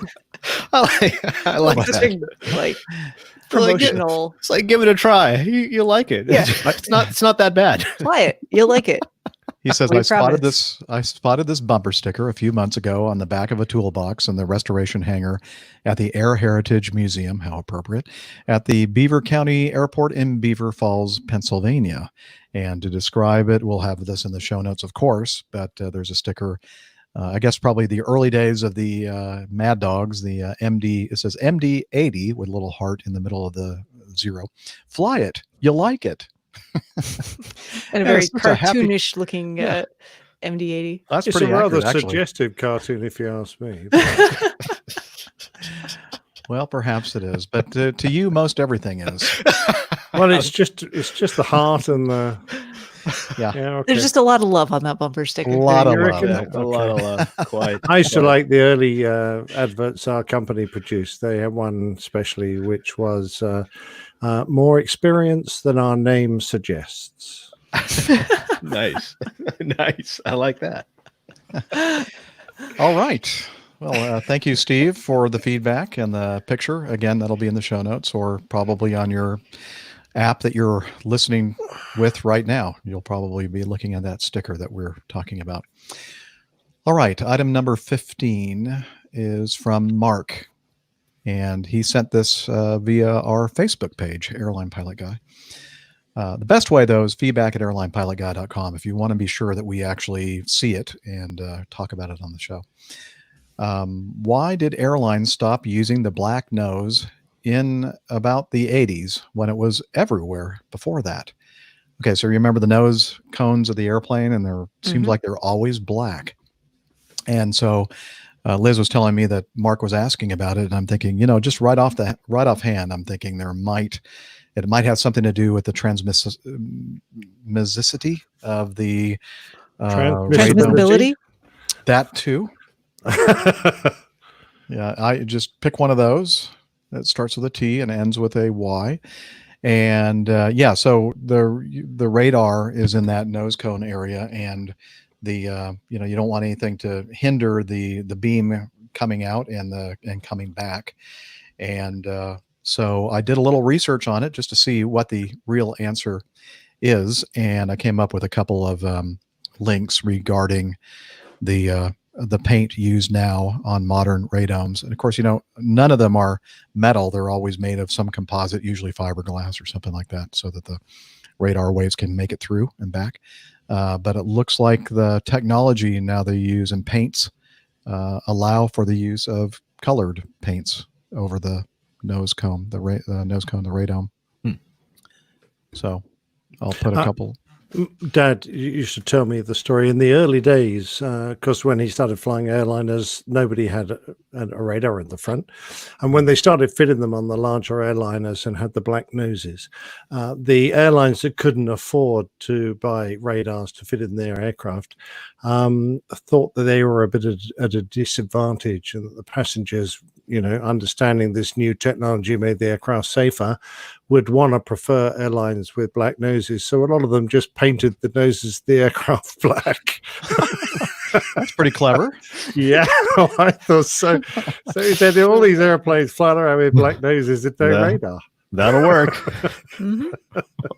Signed off. All right. Wow. Well, that was a good question. Thank you, Mark. And again, I'll have those links that I kind of came up with in the show notes, and you can read all the details. Okay, and Landon, I don't know, is Landon still with us in the chat room? I know he was there earlier. He was. I haven't seen him for a while. I told him that that we were going to cover his feedback on today's show, and so let's get on with it. It's audio feedback. Take it away, Landon. Hey guys, APGers, Jeff, Steph, Nick, Dana, Miami Rick. Welcome back, sir. Hey, look. So it's 11:26 p.m. In California, and San Jose to be exact. And this is Landon. I just watched a movie called 7500, and my God, that movie had me on edge. And what really had me on edge is they actually got it right with this one. Like, truly got it right. It was probably the most accurate depiction of an airliner, more specifically Airbus A319. I mean, it was on point. You guys can fact check this. I know Cap Mal is A320, 21, 19 kind of guy. And it's just, I'm at a loss for words about how good this movie was. Sad, suspenseful, had me on edge for 82 of the 92 minutes of this movie, just all the way to the very bitter end. It was even very accurate, even from the law enforcement standpoint, which is, where I hail from. Yeah, it's awesome. So I couldn't highly suggest it enough to the APG community, and I hope everybody's doing well. All right, I got to go to bed. I got to work super early in the morning, but blue skies, tailwinds, many Cavu days. Oh, and I flew a glider for the first time. It's pretty awesome. Thanks to Nick for all his influence in trying to convince people to go out and take glider lessons. I did it, and now I'm about to be $5,000 short. Thanks, Nick. All right, bye.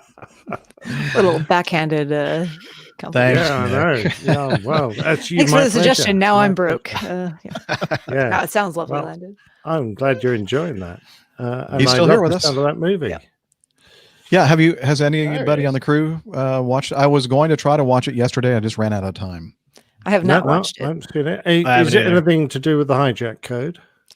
Yes. Yes, it has everything to do with the hijack code. Okay, so it's not the RPM of an engine or something. No.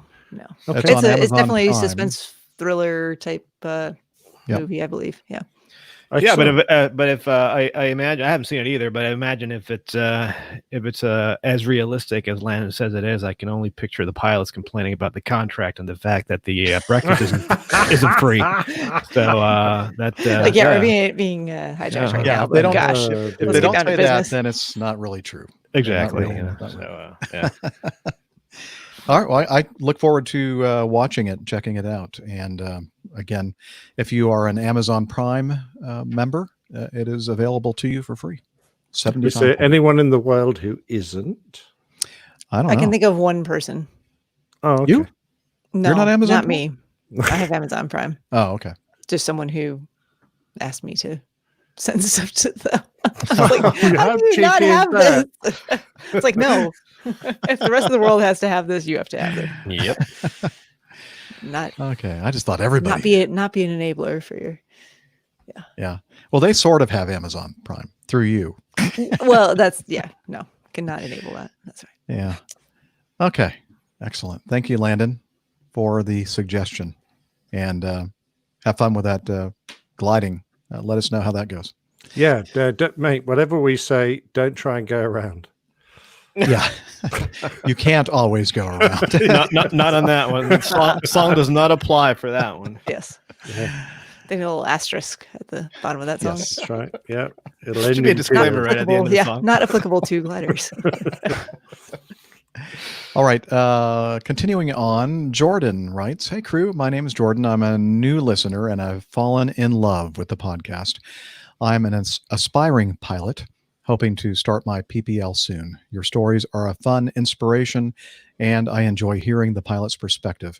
I one day hope to experience it. Please keep it up. Captain Jeff, I work the Acme contract at Kilo Alpha Victor Lima, Asheville, and I love the 717. Please don't be afraid to reach out if you ever come this way. Okay, I'll open up the window and I'll reach out, see if I can find you. Best to you all, Jordan." And he says bonus points if you can say the last name. Jakubielski. What? Jakubielski. Jakubielski. Oh, that's an Jakubielski. L. My Bielski. effort. Jakubielski. Yeah, Bielski. Yeah. That's Jordan J. JJ. JJ. I like Not it. another JJ. JJ. Yeah, JJ. But now from there's 3 Nashville. JJs. Yeah. Oh. Thank you, Jordan. Welcome aboard the APG train. And I think you'll love it here. The community is great. So, yeah. And we appreciate love it. to chat to people who are just starting in their careers and follow them through all the stages and cheer them as you get onto your first solo and your first license. And I love that. Yeah, absolutely just kinda brilliant. tagging So along. let us know how you Obligatory. get on. You must tell us how you're doing. Absolutely. Just like Tom Catalino up there in Syracuse on our last episode, just soloed. We do try to discourage you as much as possible, but if you persist, then well, what can we do? All right. Brett says I have combined two feedback notes in one email. Ooh, 2 for 1. Item number 1, 747 planes and interesting uses. And then he gives us a link to jumbostay.com. Hello, gang. I have a couple items for you. In a recent June show, you were talking about strange uses and setups of 747s. I was reading the recent issue of our AAA magazine when I saw a photo of a 747 inside. And in true lame or bad journalism, they gave no info on the plane. It is obviously permanently grounded, for there is a permanent stair tower to the cockpit and to the engines. There is part of a web address on the side of the plane, but half of it's hidden. The only part that can be made out is www.lycam, and maybe the next letter is an O. So we're not sure. Maybe somebody out there can figure that one out. It seems that this 747-200 is a hotel at the Stockholm airport, the Jumbo Stay. What a clever idea. The web page appears that it might not be updated, but the cockpit is a double room and beds in place of engines and landing gear. Now, maybe you've talked about this and I missed it, but if not, then here you go, a spot to get away. I don't know if we mentioned that one specifically, but we did talk about several instances of big airplanes like the 747 being used for that purpose. But have to check that one out. The second piece of feedback he sent in, using a magnet on ICD defibrillator, APG goes medical. Also, in a recent show, the APG went medical. I should probably play the medical sounding theme.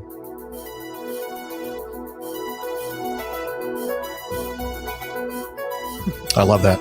By the way, just to remind everybody, Neville Bounds is the one that actually came up with that for us. Thank you, sir.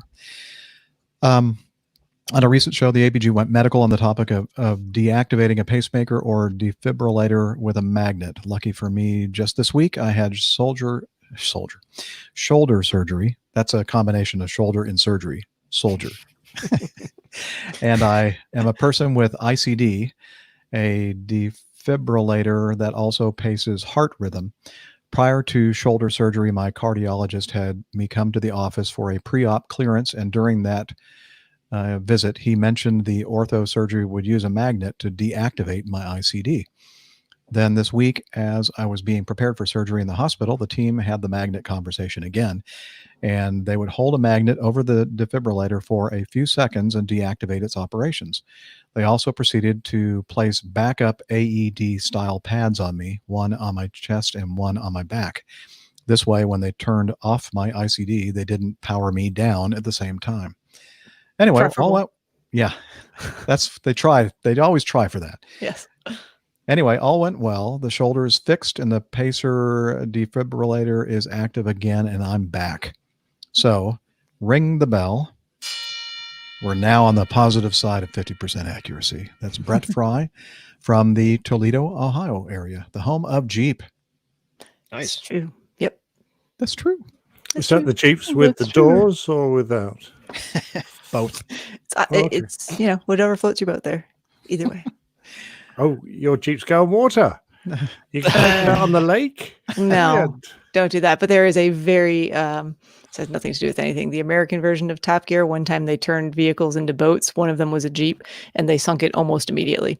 So, it was very funny. It was like 2 seconds. It gets out. It was like, yeah, this is going great. It was like, the fastest sinking of a boat I've ever seen. So he did say whatever, or she said, floats your boat, not floats your Jeep. Yeah. Exactly. Don't turn your Jeep into a boat. Not because it won't float. No. Oh, that rhymes. So what do you think there, Steph? Anything to add or subtract? Nope, that's all accurate. And I mean, there's a lot you could go into in terms of what the magnet actually does in terms of turning off or deactivating certain functions of different defibrillators versus just the like pacemaker settings. And it's not that it's deactivating it altogether, but yeah, there's you can do some interesting things there. So can I walk around with the magnet now and start holding it up against people and seeing what happens? I wouldn't. It has to be a reasonably strong magnet, though. I could just see on one of the next shows. Yeah, unfortunately, Nick can't join us today. He is in the local jailhouse Yeah, awaiting the hearing. assaulting people who have defibrillators and implanted device. Curiosity got the best of him. Oh man. Now, Steph, is this true? I was listening to something on the radio, some program, and they were talking about, or they played an excerpt of an interview with a medical professional, and they were talking about, like I think they were talking about the COVID and the cases spiking and that kind of thing, or maybe the deaths picking up a little bit. And this person that they were interviewing said, well, every year in June, July, deaths always pick up a little bit in hospitals. And he said, well, why is that? And he said, that's usually when the people are just coming out of graduating from med school and starting their residencies. And I'm thinking, no kidding, really? So I believe that myth has been busted. It's not true. Well, it is true that newly minted interns, residents, even med students generally start July 1st. That's the typical date. So you might, if you're in the hospital at that time, you might get someone who comes in and is like awkward in their introduction, or is a little unfamiliar with the operations of the particular environment, but they're going to be a competent, qualified person to be there taking care of you, whether that's intern, resident, attending. So are we allowed to say, where's your competent handler? Well, you should always know who you're talking to on the team. So if we're going to do some elective surgery, probably best not to schedule it for June, July, August. I'm going to not throw anyone under the bus and say that you are perfectly safe and in good hands to be. Well, I have made a note of it. Any time of the year. I have made a note of it. Definitely don't do the summer. Okay. By the way, thank you, Brett. Liz has suggested that I could cheat at lawn bowls by walking around with a very strong pair of magnets. Will that affect the balls? No. Do you have a lot of some of the older players who have? I was going to say, do you have any players who have pacemaker defibrillators? Yeah, well, they all start twitching. Yeah, that's it. What's going on? And the ones with wooden legs. It wouldn't work with wooden legs, would it? Oh gosh. Oh my. Thank you, Brett Fry, for the feedback. Let's move on to Randy. Good day, APG crew. I really enjoy your podcast. I'm retired from a 30-year career flying for an airline with a base in Denver, Chicago, and San Francisco. I think I know what that is. Let's call it Apogee Airlines. Listening to the podcast reminds me of the sessions I'd have with the crew on a slightly too long flight. It's fun to listen. Keep up the good work. There you go. That's what he does when he's doing the long haul stuff, or he did. Anyway, I sometimes contribute to the Quora boards. Is that the way you pronounce Quora? Sounds legit. Quora? I think it's Quora. When people ask, like a quorum. Exactly. Oh, I know what he's talking about. Yeah, where there's questions. Yeah. Okay, I gotcha. When people ask interesting questions. This one came up a few months ago, so I wrote what I thought was an honest response. It went moderately viral with 50,000 views. Ooh, that's pretty good. Going moderately viral is probably much the same as going bacterial. But not quite as smelly. Exactly. But you can use antibiotics usually to fight the bacterial, right? Yeah. Below, you'll find 20 unwritten rules of the cockpit. I'm sure the APG gang can think of a few more. Here's the original question. What are the unwritten rules inside the cockpit of a plane? And he said, I can think of a few. 1, this is a good one. Own your own farts. If you fart in the cockpit, take ownership and tell the other folks to get on oxygen quickly. There's a checklist for that, I believe. I've seen it around. Yes, I've seen it too. It takes some time to run through it, though. You should have this committed to memory. Yeah, it should be a memory item. Absolutely. Item 2, captains should help the co-pilots block the sun in his or her face by putting up a checklist on the windshield so he or she is more comfortable. I do that. Absolutely. If I'm talking to the co-pilot, look over there, and they're like straining because the sun's just like beaming in their face, I always try to move a visor or something to get the sun out of their face. Captains should set a good tone for the co-pilot and the rest of the crew by being approachable and kind. A captain who is a grumpy dictator will make the trip hellish for the rest of the crew. And I'll add that it will make it not very good for him or her either. Mm-hmm. Mm-hmm. Item 4. These are really boring captains, these. 4. The captain gets the first hat clip in the cockpit and the first meal and the first drinks. Non-alcoholic, of course. Okay. Well, we didn't do that. We had the first hat clip, but whoever's leg it was got the first meal. Yeah. There you go. Same thing here. Well, you have to kind of adjust these rules accordingly. I usually took my hat and didn't use the clip. I usually just put it off to the side or on top of my suitcase. Didn't you just put your big earmuffs over the top? Oh yeah, that's true. Just continue to wear your earphones. Wear the hat all the time. Wear the hat, yeah. Yeah, World part War II of the style. uniform. Exactly. Yeah, well, I'm professional. Let's see. 6. Nope. 5. The captain's jokes are always funny. Her stories are always interesting. Her observations always insightful, and her exploits always true. That's good. That's a good role. I like that. Yeah. 6. Captains have one job in many situations. A captain must choose to take credit or assign blame. Never the other way around. Well, it depends on the outcome, really. So, yeah, true. Yeah. You take credit when something good happens, and you assign blame when something bad happens. Exactly. That's my 7. The temperature in the airplane is the captain's discretion. If she's hot, then the airplane's hot. Okay. That sounds a little bit odd, that one. Yeah. I think we're talking temperature. Got a hot captain? Temperature. Yeah. Temperature. No. Oh, that's what here. Shoot, I haven't played this in a while. Ooh, Jeff's pet peeves. So we're talking about this COVID-19 stuff going on and taking people's temperatures. And they said, well, if you have a temperature, then we don't want you to report to work. And I said, well, if you don't have a temperature, then there's something wrong with you. Exactly. Right? Yeah. Mm-hmm. Very good point. A high temperature or maybe a fever or something like that. Yeah. It always bugs me when they say, yeah, he had a temperature. Well, that's good. Yeah. A temperature. It wasn't like absolute 0. Right. I guess you'd have to. I guess everybody always has a temperature, whether you're dead or alive. You have a temperature. Okay. Is that a temperature in Kelvin or Fahrenheit or Celsius? Which It one are doesn't we matter referring what to? scale you pick. yeah, whichever one you floats like. your boat. Yeah. As long as it's in the 98-degree range. That's right. That sounds a bit hot. Not in Celsius. You don't want a 98. No, you don't want Celsius. Okay. No, no, No, no. 36. 36, is it? 30. I don't know. 36 or something like that. That's what I said, but I'm Okay. not sure. That's close, I think. Okay. Sounds reasonable. Yeah. One must obliquely and carefully notify the captain when he or she is totally and completely wrong unless something dangerous is about to happen. Captains have thin skin. I wouldn't say Possibly. that's necessarily. Might have, yeah. A nice first officer is polite about telling the captain they've just screwed up. Yes, Liz is telling me Nice. in my ear that I missed number 8. She is correct. I've noticed that. The captain gets to choose who flies which leg. He or she will usually choose the easy ones.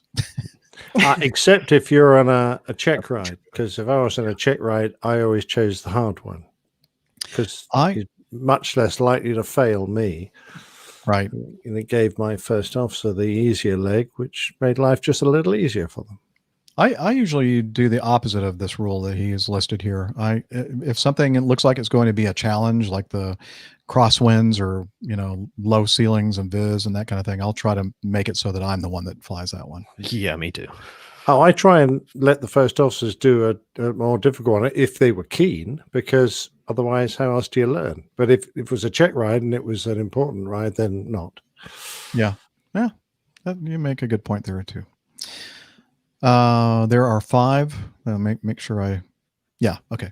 There are 5 ways to fly the airplane: the right way, the wrong way, the company way, the FAA way, and the captain's way. Guess which one we'll be doing today.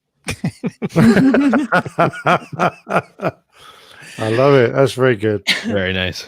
It's best, I think, if they align like this: the right way and the company way, the FAA way are all the captain's way. Yes. You got it. Exactly. Right. 11. Rock, paper, scissors is a legitimate way to solve many disagreements. Okay. Yeah. Is the engine on fire? Okay. I don't know. Okay. 1, Rock, 2, paper, 3. scissors, shoot. Are you in disagreement about that? Might be. Might be. 12. Don't quote the movie Airplane unless you can do so accurately.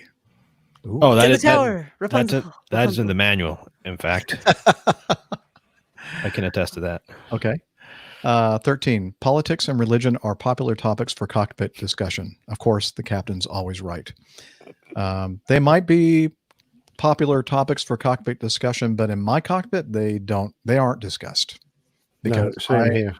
I have found that it's so easy to get so wrapped up in it that you forget that you're hurtling through the skies in an airplane. Oh, and the last thing you want to do is actually have a falling out. Right. That's never good. No. Never good. With someone you guys spend the next 3 days with? Yeah. Yeah. That's kind of Working. awkward. Awkward. 14. Don't talk about the flight attendants in a mean way unless the cockpit door is closed. And make sure you're not talking into the PA. Yeah, exactly. Good point. That's a really good one. Remember to erase the voice recorder after every successful flight. You wouldn't want the discussions to fall into the wrong hands, like the IRS. Hey, tax evasion is a crime, but tax avoidance is a By the sport. way, I'm sure he's kidding. It's tax optimization. Because tax optimization. I think he's being facetious here because I believe that erasing the voice recorder is you're breaking a law. I think. Yeah. And at my airline anyway, that will get you fired. Oh, absolutely. Yeah, you want to leave that alone. Yep. 16. Reading newspapers, books, and magazines in the cockpit is strictly forbidden by company policy. Therefore, only look at the pictures. And you see, that's what I do. So that's why I mentioned it earlier. Not breaking any rules there. Oh, it wasn't our company policy. We could read away. Well, ours is professional literature may be read, and so I mean, pretty much any magazine out there is a professional piece of literature. Did they define professional? Yeah. Well, they probably do. It's probably not my definition. Yes, you don't get many amateur publications nowadays, do you? Right. My point. Let's see. If you are offered a mint or a piece of gum by another crew member, you should go brush your teeth in the galley. Your breath stinks. It's like getting soap for Christmas. How small are these cockpits?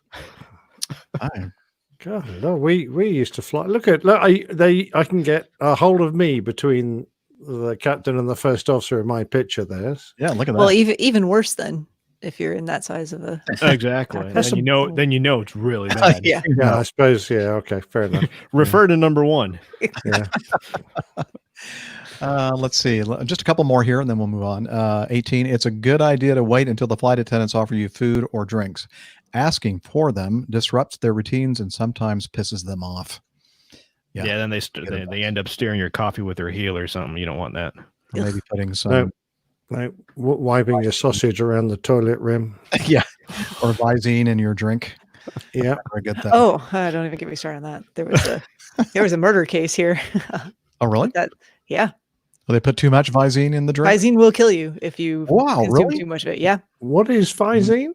It's an eye drop and not a very good one. For like your red eye. Irritated For red eyes, yeah. Uh-huh. They don't have that in Blighty? Well, I always heard that eye drops in a drink gave you the trots, but I never actually heard of a brand name. Okay. But now I know if ever I fly with Jeff again. Yeah, why does he have a bottle of Visine? Not good. Let's see. 19. Pilots are often wrong, but never in doubt. Yeah. Interesting one. Yeah, that is. Be confident in your mistakes. Exactly. Conviction. Yes. And finally, the last one, 20. The captain gets to be the first person out of the cockpit after landing. Enjoy your flight. Okay. Well, again, it depends on your airline, I guess. All right. Well, thank you, Randy Duncan in Golden, Colorado. I hope you're enjoying your retirement. And we do appreciate you being part of our community and sending us in this feedback. Very good. And let's see. Finally, let's see. George Nolly. Oops, I just erased. I was trying to make it bigger. And you deleted it? That's what she said. I'm glad you did that. I was about to. Now I can, it's back. I just Command Z and I got it back. Tell Captain Nick the correct answer on the test is, this is for the drone license test. Okay. This is from George Nolly. E, provide the GPS location of the naked lady to all your friends. Oh, remember? That was the question that you missed. Yeah. That was the one. Yeah. Last I heard, she's in New Orleans. So who knows where she is now? Luckily, there's more than one. Exactly. Stay safe, George. That's very funny, George. Thanks, George. Yes. Ready for Takeoff podcast. All right. Well, I think that, are we? Okay. I just got word via my in-ear monitor that we're within 5 minutes of 3 hours. So it's perfect. Let's point everybody over toward the, well, first of all, let's talk about feedback. If you want to send us feedback, send it to feedback@airlinepilotguy.com. If you have a recorder on your tablet or telephone device, you can record something if you'd like and then attach it to the email, or you can use SpeakPipe, which is available by going over to our website and the Contact Us page. And you can leave us audio feedback that way as well. And the website, airlinepilotguy.com, has all kinds of great stuff on it, information about the crew, the community, Plane Tales, a lot of extra stuff that Nick puts in there to complement his already wonderful Plane Tales installments. And we have the APG library for those of you who like to read. Our librarian, Tiffany. You know, we should start getting an APG film, or can we just put that in the library? Well, I hear you volunteering for that. I know. I was going to say, you want that? No, I think I've got enough on my plate. Thank you very much. But there must be somebody out there. A movie buff? Yeah, it might be a good idea. There's a picture of our site. It's an older snapshot, or not a screenshot, I should say. Yeah, there's a lot of snow around. That's not snow. That's clouds. Oh, I know it's been a while. It was about time they de-iced the runway. Well, the runway, yeah, it does kind of look, yeah. Oh, well. That's my fault. We got the APG on YouTube. Many of you watching the YouTube right now are probably got here from there. Let's see. That's so small. It's hard for me to read. Yeah, more stuff there on the website. Check it out. airlinepilotguy.com. And I think I also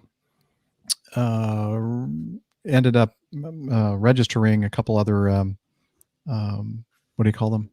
Domains. You can get to the airlinepilotguy.com by going to the what are we saying here? Okay. Sorry, I'm being distracted. By going to the apg.show. So that's the apg.show if you don't want to punch in all those Airline Pilot Guide letters. And so anyway, check it out. And we're also on social media. Help me. We are. And so I was going to jump in there and I was like, nah, just going to let him keep digging that hole for a while, flounder around for a bit, see where he's going with this. He's like a Jeep on the lake. Yeah, that sunk a lot quicker, to be honest.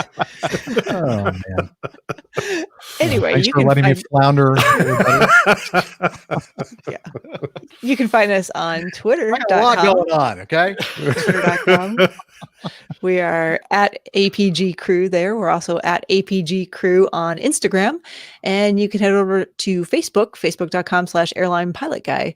All three places are a good way to interact with us, find out about when we're going to be recording the show live, if we make any last minute changes, because our schedules are crazy sometimes. And we hope to see you there.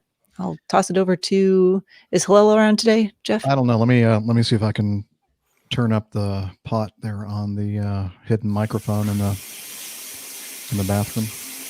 Why do you bother hiding it? He The knows it's soggy there. Hillel, black salesman. Hillel, it's time for Slack, man. APG listeners, please join us on our Slack team. Slack is a communication, coordination, and sharing platform that works on your mobile, laptop, or browser.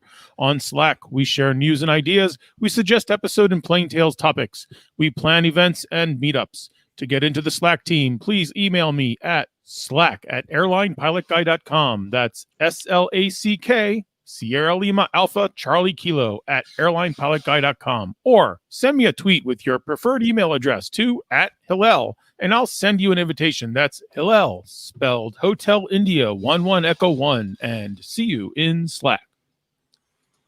Thank you, Hillel. Now back to where you belong, you soggy Slack salesperson. You.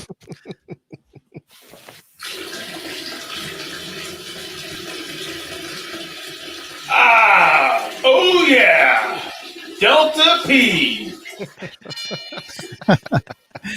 Always enjoy hearing from Hillel. And let's see. Also, finally, would like to thank you very much, Liz, our producer, director in our control room in Toronto, Ontario, Canada. Absolutely. Yeah, well done, Liz. Thank you. Good job And- with the plane tail. Thank you. Very Yes. slick. And happy belated Canada Day for you on July 1st. And happy Independence Day to everyone out there listening here in the United States of America. Traitors, you horrible traitors. I'll have to eliminate that. And until next time, wishing you clear skies, unlimited visibility, and tailwinds. Take care and God bless. Be safe out there. Cheers, y'all. We'll see y'all next week. Bye, every traitor.